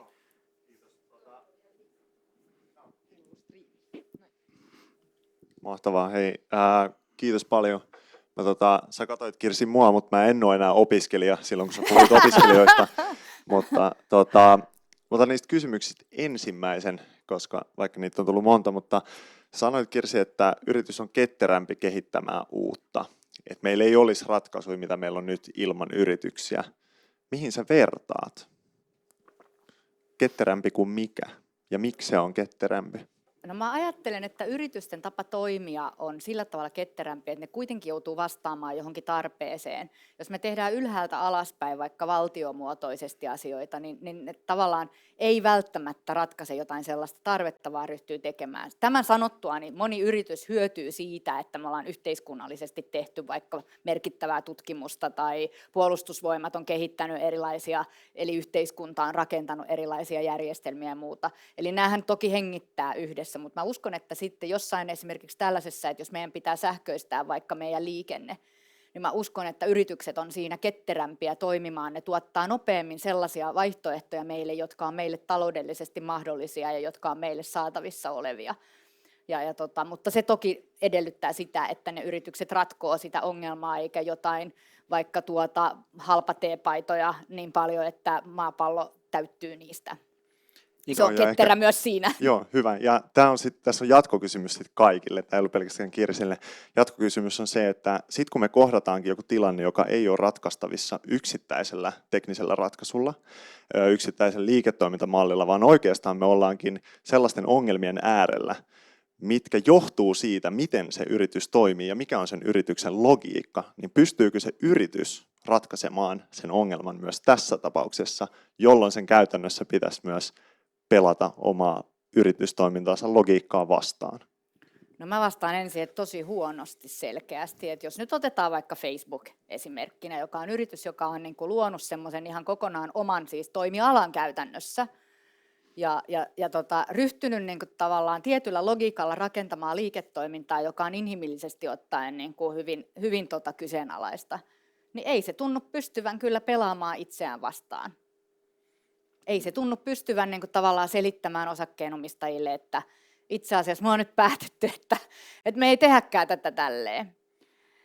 Toinen yritys, mä en tiedä sitä tilannetta, ja Amazonista voi sanoa montaa huonoa asiaa suhteessa työntekijöihin, asemaan ja kaikkea muuta, mutta Jeff Bezoshan oli kuuluisa siitä, että se tosi pitkään lähetti näitä sijoittajakirjeitä, jossa se totesi vuosi toisen jälkeen, että no ei tuoteta tänäkään vuonna voittoa, että kaikki pistetään tuotekehitykseen, että meillä on iso visio siitä ja iso missio, mitä me halutaan tehdä, ei tuoteta voittoa.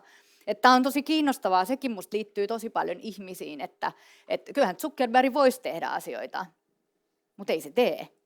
Mä niin kuin voisin nopeasti tuohon, että tämähän on tämmöinen niin kuin muutoksen paradoksi tietyllä tavalla, että ne, jotka nykytilasta eniten hyötyvät, on yleensä nyt kaikesta niin kuin tavallaan voimakkaimpia, ja ne on yleensä kaikista vähiten halukkaita tekemään muutoksia. Sitten taas ne, ketkä muutosta haluaa, niin niille ei välttämättä ole niin hirveän paljon resursseja sitä muutosta ajaa. Että just sen takia mun mielestä pitäisi ajaa erilaisissa yhteiskunnallisissa instituutioissa niin kuin moniäänisyyttä ja monilogiikkaisuutta ehkä, että monenlaisia logiikkoja, tavoitellaan asioita ja pyrkii ehkä, mun mielestä meillä on nyt niin isoja ongelmia tällä hetkellä, niin kuin sanotaan vaikka populismin ja tämän ympäristökriisin kanssa, että tarvitaan niin kuin jonkinnäköistä niin kuin eksperimentoivaa koordinaatiota, miskä sitä haluaakin kutsua, että pelkästään yritysten ratkaisuihin ei mun mielestä voi luottaa. Niin ehkä mekin näen tässä, että silloin kun insentiivit on oikeat, niin yritykset on tosiaankin on se niin kaikkein paras tapa ja nopein tapa ratkaista niitä ongelmia. Et silloin kun se insentiivit vie oikeaan suuntaan, niin sitten vaan sen sijaan, että on niin yksi keskusjohtoinen ratkaisu, jota haetaan, niin sulla on 100 startuppia, jotka kaikki lähtee tekemään sitä ja sitten niin pikkuhiljaa se niin jyvät erottuu akanoista ja sen niin paras tapa löytyy niin nopeiten. Mutta se ongelma on just se, että onko ne insentiivit aina oikeat. Et joskus ne on oikeita, silloin se niin yritystoiminta on tosi tehokasta, mutta sitten kun se insentiivit ohjaa eri suuntaan, vaikka että Facebookissa kun ne huomaa tavallaan, että okei, voisi rakentaa tämmöistä niin tämmöistä maailmaa, jossa tavallaan ihmiset niin kuin connecting with each other ja niin edespäin. Sitten sä huomaat tavallaan, että aina kun sä pistät niin kuin vähän lisät sitä niin kuin vihapuhetta siellä, niin sä huomaat, että tavallaan niin ihmisten sitoutuminen kasvaa ja mainostulot kasvaa. Silloin on koko ajan niin kuin se ristiriita sen välillä, että voittoa tehdään tällä tavalla ja hyvää tehdään tällä tavalla, niin sitten se vaan niin kuin helposti ajautuu siihen suuntaan, että insentiivit on siinä kohdassa vääriä.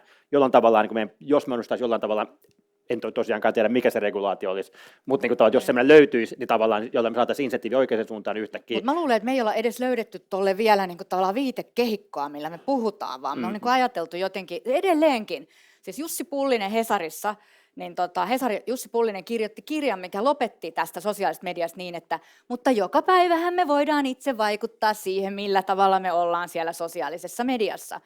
Toden totta, niin voidaankin, mutta kyllä yksittäinen ihminen sen algoritmin kanssa on aika tavalla niin kuin heikoilla. Et eihän se ei ole siis mahdollinen taistelu, se ei ole millään tavalla mahdollinen taistelu. Ja me ei puhuta niin kuin esimerkiksi inhimillisestä kantokyvystä, mitä toi tosi voimakkaasti vie meiltä. Meillä ei ole jotenkin mun mielestä vielä semmoista kehikkoa, millä me niin kuin edes pystytään käsittelemään tota. Ja sitten meillä on monopolit, jotka on luoneet tämmöisen niin kuin yhteiskunnallisen palvelun, jota ilman me ei tullakaan toimeen. Nyt pitää ottaa lisää kysymyksiä, että ehditään mä luulen, että meillä on koordinointia. Joo, Kirsille ensin tästä sähköautosta, niin tiesit sä, että New Yorkissa niin sähköautoja käytettiin, kaikki taksit toimii sähköllä 1900-luvun alussa. Ja sitten tuli T-Fordi, joka laski autojen hinnan niin alas, että siirryttiin bensakäyttöisiin autoihin. Mutta vielä, että se kertoo sitä, että yhtiöt voi ratkaista jotain ongelmia, ehkä sitten negatiiviseenkin suuntaan. Tuossa oli Nalle Wahlroos mainittu tuossa yhdessä jutussa, että hän ajattelee aina taloudellista ja yrittäjän taloudellista etua. Ja musta oli mielenkiintoista nyt lukea hänen päiväkirjansa toinen osa, joka päättyi sitten siihen, että hänet nimitettiin Sampo Leonian pääjohtajaksi ja havahtui siihen, että siinä konsernissa oli muun muassa 17 autonkuljettajaa ja 7 lapinmökkiä, jotka hän sitten irtisanoi niin autonkuljettajat kuin myi lapinmökit. Mutta sitten mun mielestä yksi mielenkiintoinen puoli, mikä tässä ei ole tässä keskustelussa ei ole tullut ilmi, on se, että mä just hiljattain luin sen, että kuinka Mika Valtari kirjoitti 40-luvulla 41 tällaisen kirjan, kuinka Stalin otti haltuunsa Viro, Latvia ja Liettuan ja kuinka niiden talousjärjestelmät muutettiin sitten kommunistiseksi, siis marksis-leninistisiksi systeemeiksi. Ja sehän on yksi sellainen ääriesimerkki siitä, että kuinka yritetään niin kuin parhaalla tavalla ratkaista nämä yrityksen ongelmat niin, että se palvelisi kaikkia ihmisiä siinä ja yhteiskuntaa ja luontoa. Mutta se jostain syystä se jäi teoriaksi ja kaikki tietää loput, että miten se on niin kuin maailmaa palvellut.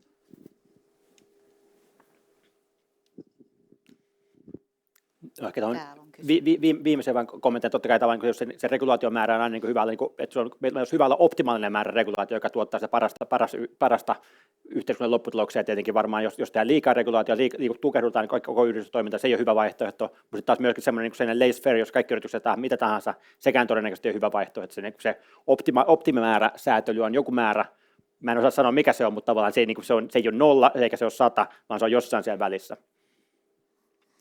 Joo, kiitos tosi hyvästä alustuksista ja keskustelusta.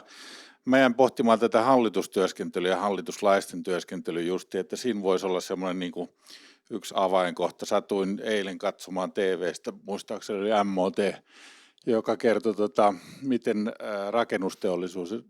rakennusteollisuus on nyt Suomessa niin kuin kokenut tämän vakavan niin kuin laskusuhdanteen, tai miksi sitä voi kriisin ehkä oikeampi sana. Ja siinä oli sitten tutkittu, ja yksi oli tämmöinen niin kuin ennakkomerkki siitä, että yrityksen menee huonosti, on, että hallitusten jäsenten vaihtuvuus nousee selvästi joitakin kuukausia ennen konkurssia.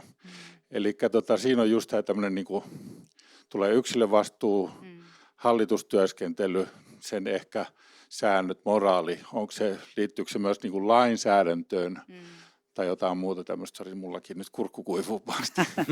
Mutta joka tapauksessa näitä kysymyksiä niin olisi mielenkiintoista. Onko teillä jotain niin kuin pidemmälle meneviä ajatuksia tai miten me voitaisiin niin kuin ehkä sitten täällä kauppakorkeakoulussa tai muuten niin kuin edesauttaa tätä muutoksen tahtia? Kiitos. No, pitäisikö mä voisin nopeasti niin tuohon, että me ollaan niin just nyt juteltu esimerkiksi niin Aalto Executive Educationin kanssa niin tästä ongelmasta, että me ollaan saatu oikeastaan meidän niin tähän sustainability-tutkimusryhmään on saatu yhteydenottoja eri puolilta, että on tavallaan selkeä niin tämmöinen tietovaje niin hallituksessa tähän liittyen ja he on saaneet myös siitä, että sieltä on niin kuin, ikään kuin kentältä on tulossa jonkin verran tällaista niin kuin työntöä tähän suuntaan. Sitten niin kuin Kirsikin tuossa sanoi, että siis kyllä koulutuksilla on niin kuin vaikutusta niin kuin selkeästi tämän tyyppisissä tilanteissa, mutta se, että se on rajallinen kyllä se vaikutus, että sinne tarvitaan jotain muutakin sen lisäksi. Sitten tietysti voi miettiä, että minkälainen se koulutus sitten, jos semmoistakin on, niin voisi olla. Mutta tämä on niin kuin asia, mitä me ollaan tällä hetkellä työstämässä kyllä, mutta että mulla ei ole niin kuin mitään hirveän valmiita vastauksia tähän näin. Muutama vuosi sitten kirjoitettiin semmoinen kirja kuin Mitä tapahtuu huomenna konsultille, eli tarkasteltiin vähän tätä konsulttitoimintaa, joka on myös tosi merkittävä suhteessa yritysten niin kuin tavallaan niihin toimenpiteisiin, mitä tehdään. Ja se oli tosi kiinnostavaa, että sulla on tietyn tyyppinen, niin kuin tässäkin tapauksessa putki, mistä se konsultti tulee, että sulle tulee Harvardista suoraan niin kuin tavallaan räätälöity putki McKinseylle ja McKinseystä sitten ne tavallaan menee yrityksiin ja se on hyvin niin kuin homogeenista ollut, joka tarkoittaa sitä, että se tapa ajatella ylipäänsä on ollut tosi homogeeninen. Ja mä uskon itse, että me ollaan oikeasti jonkun semmoisen äärellä, missä sitä muutosta tapahtuu tällä hetkellä, mutta se tietysti tuntuu älyttömän hitaalta. Ja se vaatii niitä niin kuin rohkeita yksilöitä, jotka rupeaa niin kuin tavallaan niin kuin muuttamaan niitä asioita. Se vaatii myös konsulttitoimijoilta sitä, että ne rupeaa niin kuin tavallaan rekrytoimaan enemmän niin kuin diversiteettiä sisään. Ja mun mielestä sitä tapahtuu kyllä koko ajan, vaikka niin kuin sanottu, se voi olla vielä hidasta, että se muutos niin kuin tavallaan puskee sieltä kyllä, mutta se niin kuin tavallaan status quo myös puskee takaisin tosi voimakkaasti. Ja sitten on tietysti niin, että tulee semmoinen niin kuin tavallaan niin kuin halukkuus ajatella, että no kun tämä menee vielä ihan hyvin, niin muutetaan tätä niin kuin ensi vuonna tai näin. Ja sehän koskee siis meitä ihmisiä myös, että mulla oli auton liisari ja viime vuonna piti vaihtaa autoja, ja sitten mä katsoin niitä sähköautoja, että on toi kyllä aika vaikeaa, että miten toi latauspisteetkin sitten, mä asun Helsingin keskustassa ja kyllä se on hankalaa.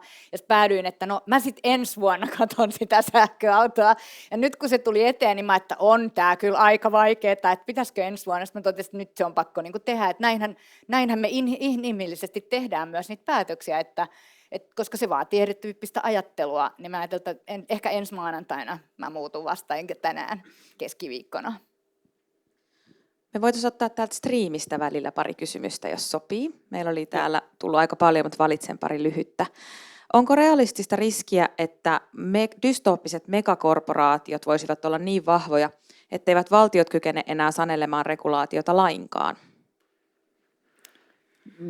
No en mä usko, että kyllä valtion loput sitten tavallaan, että sit jos niin menee tiukalle, niin kyllä valtiolla halutessaan niillä on yllättävän paljon valtaa tavallaan käyttää niin suhteessa yrityksiin. Sitten se teki ongelmaan tavallaan se, että sitten kun tavallaan niin valtaan pitävät, jos ne alkaa, ehkä erityisesti Yhdysvalloista on niin ehkä iso ongelma tavallaan se, että jos haluat päästä sinne valtaan, se usein vaatii aika isoja rahasummia tavallaan niin kampanjoihin, ja usein se rahasummat tulee niiltä kaikkein vahvimmilta toimijoilta, jolloin tavallaan niin se ehkä se demokratian ja yhteiskunnan ja yritysten välinen suhde muuttuu erilaiseksi, mutta kyllä mä esimerkiksi uskon, että Euroopan unionissa kuitenkin edelleen on tavallaan semmoista, että kyllä täällä edelleen on semmoinen kyky, jos on poliittista tahtoa, niin on myös niin kuin mahdollisuus tavallaan reguloida niitä yrityksiä. Mäkin uskon tuohon mahdollisuuteen, mutta niin kuin Jukka sanoi, niin populismi seisoo vahvasti jaloillaan ja se ei ole itse asiassa vitsi, se on musta jännää. Me niin kuin vähän naureskellaan tuolle sosiaaliselle medialle ja muulle. Se aiheuttaa siis tällä hetkellä mun mielestä niin kuin massiivista tuhoa, minkä jälkiä me kyllä korjataan sitten tosi pitkään.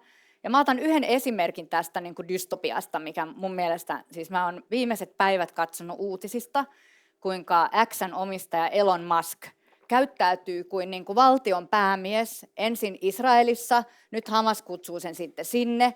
Ja tästä me kaikki uutisoidaan siis, että Elon Musk, yhden yrityksen omistaja, niin kiertelee tuolla kuin valtion päämies. Se on mun mielestä osaltaan jotain dystooppista. Mä katson sitä jotenkin ihan siis järkyttyneenä, että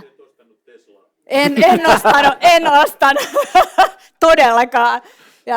Mutta siis musta me ollaan jo silloin tosi lähellä jotain dystooppista aikaa. Mä voisin tähän nopeasti tosiaan kommentoida, että onhan ihan niin kuin selkeä sellainen, voisi sanoa vaara, niin kuin, että jos nyt hirveän monessa EU-maassa nousee populistit, jotka on siis niin kuin antiliberaaleja, totalitarismin kanssa flirttailevia johtajia, niin EUn päätöksenteko voi myös muuttua hyvin paljon tulevaisuudessa. Tämä on mun mielestä se niin kuin regulaation isot uhkakuvat, että tietynlaisilla niin kuin markkinoille pääsyyn liittyvillä regulaatiomekanismeilla niin pystyy jonkin verran hallitsemaan isoja KV-yrityksiäkin ja jopa näitä niin kuin digitaalisia alustajättejä, mutta se on hirveän vaikeaa kyllä silloinkin, koska niiden omistuspohjat on niin monimutkaiset ja kansainväliset, että on se regulaatio vaikeaa, mutta kyllä on ihan hyviä esimerkkejä viime vuosilta, että miten siinä on niin kuin jossain määrin kuitenkin onnistuttu. Mutta itse asiassa tämä riippuu myös, että minkälaisessa valtiossa ollaan, että Kiina on kyllä oikein onnistuneesti pystynyt reguloimaan vaikkapa TikTokin ulos markkinoilta niin kuin sormiin napsauttamalla. Saanko yhden vastuullisuusesimerkin tai anekdootin, kun mainitsit Tesla? Mulla ei ole tosiaan Teslaa. Mulla on siis auto, mitä muutama vuosi sitten mä päätin, että mä en koskaan tule ostamaan sitä merkkiä, koska ne jäi kiinni tämmöisestä massiivisesta päästöhuijauksesta, eli siis Volkswagen. Ja siis massiivinen niin kuin vastuullisuus, niin kuin ei, että ikinä mä en osta koskaan Volkkaria. Ikinä auto. Kyllä, ihan siis kammot, ja aivan täysin tahallaan, siis ei ollut mitään, että oli hyvä tahto, mutta ihan täysin tahallaan. Ja no sittemminhän Volkkari siis maksoi sakkoja ja kaikkea muutakin, ja häpeää ja maine haittaa ja muuta sellaista, ja päätti itse asiassa sen päästöskandaalin jälkeen kokonaan siirtyä niin kuin sähköpuolelle. Eli toisin sanoen niin kuin ryhtyä maailman niin kuin merkittävimmäksi sähköautotuottajaksi. Ja siis kokonaan niin kuin puhdisti sen liiketoimintansa, toivomme ainakin näin, ja kääntyi itse asiassa niin kuin tosi voimakkaasti tälle niin kuin vastuullisen bisneksen niin kuin tielle. Jolloin sitten siinä vaiheessa, kun mä vertailin niitä autoja, mä totesin, että Volkkari se ID3, että se tuntuu mukavalta ja näppärältä niin kuin kaupunkiautolta, että mä voin ottaa sen, koska nyt mä luotan siihen, että kun ne kerran kärähti, niin ne ei kärähdä toisen kerran, ja ne on tehnyt tämmöisen tietyn tyyppisen, niin kuin oikeasti ottanut sen purposen tietyllä tavalla niin kuin siihen liiketoiminnan logiikan ytimeen. Mä ihan nopeasti tähän vaan huomautan, että Volkswagen oli täysin samanlaisessa skandaalissa vuonna 1973. Älä huomaa. Jos mä vielä täältä yhden kysymyksen nostan, kun äsken puhuttiin Kiinasta, niin Kiinassa, kuten olen kuullut, he eivät työskentele vuosittaisten budjettisuunnitelmien ja raportoinnin, vaan 10 tai 20 vuoden suunnitelmien pohjalta. Kannattaako meillekin tällaista harkita? Usein ehkä näissä vastuuskysymys on myös tavallaan just siitä niin lyhyen tähtäimen voitosta ja niin pitkän tähtäimen, että usein tavallaan se, että jos yritys haluaa niin pitkän tähtäimen voittoa tehdä, niin se usein tarkoittaa vastuullisempaa tapaa toimia kuin tavallaan lyhyen tähtäimen voitto, jos on helpompi tavalla erilaisilla niin hyvinkin pikavoittomekanismeilla tavalla erilaisilla tavoilla sitä rakentaa. Että siinä mielessä uskoisin tavallaan, että yrityksiä, joiden tähtäin on 20 vuotta eikä 2 kvartaalia, niin ne usein keskimäärin on vastuullisempia. Tästä on olemassa tutkimusta kyllä noin 20 vuoden niin kuin tutkimusjakso, olisiko ollut 90-luvulta 90 vuodelta suurin piirtein 2008 vuoteen, niin yritykset, jotka oli niin kuin vastuullisempia ja tämmöisiä kestävämpiä, niin ne oli myös siis, niillä oli pidemmät aikahorisontit ja näin, ja ei tietenkään tiedä, että mikä tässä on niin kuin kausaliteetti, mutta nämä yritykset kyllä, niillä oli paremmat osakearvot ja muut kannattavuuslukemat niin kuin verrokkiryhmällä, jolla ei ollut tällaisia. Nämä oli siis mun mielestä Standard Poor's 500 listalta tai jotain tämän tyyppistä. Mä en muista ihan tarkkaan tätä, mutta se on 2014. Itse asiassa se on mun tuon kalvoesityksen lähdeluettelossa. Perheyritykset, jotka mainitsit, on varmaan sellaisia, joiden niin kuin kvartaali on vähän erilainen kuin niin kuin osakeyhtiön kvartaali. Sitten tuossa on toki toinen puoli, että tällä hetkellä me nähdään aika paljon startuppeja, jotka käräyttää rahaa niin kuin tosi paljon monta vuotta, ja 10 vuodessa ei silti saata tulla voittoa, vaan päinvastoin kaikki rahat menee, että se nyt varmaan riippuu sitten suunnittelustakin eikä pelkästään horisontista. Ja mä sanon nopeasti, että Timo tuolta jo hiipii, niin sanon vaan, että tähän toiseen kysymykseen, että olisiko tämmöiset pitkän aikavälin niin kuin jonkinnäköiset tavoitteet. Kyllä mun mielestä semmoisia ehdottomasti tarvitaan, että tämmöiset ympäristölliset kehityskulut etenkin on niin hitaita, että olisi pakko ottaa jotain sitovia pitkän aikavälin tavoitteita. Niihin niitä on valtiotasolla otettu, ja yritykset on sitten näitä tämmöisiä science-based targetseja niin kuin alkanut ottamaan nyt, jotka niin kuin on ikään kuin yritystason tavoitteita niin kuin tähän isoihin globaaleihin tavoitteisiin suhteutettuna. Hyvä, kiitoksia. Ottaen huomioon illan aiheen, ei varmaan mikään yllätys, että kirvoittaa keskustelua. Iso kiitos Kirsi, Frank, Jukka. Tätä oltaisiin varmaan voitu kyllä jatkaa toinenkin 1,5 tuntia ihan helposti. Sanotaan kuitenkin tässä kohtaa kiitokset linjoilla olevalle yleisölle, ja paikalla oleva yleisö kutsutaan sitten jatkamaan keskustelua tuonne virvokkeiden ääreen ravintola-arvoon, eli tohon suuntaan. Kiitos vielä kerran. Kiitos. Kiitos. Kiitoksia.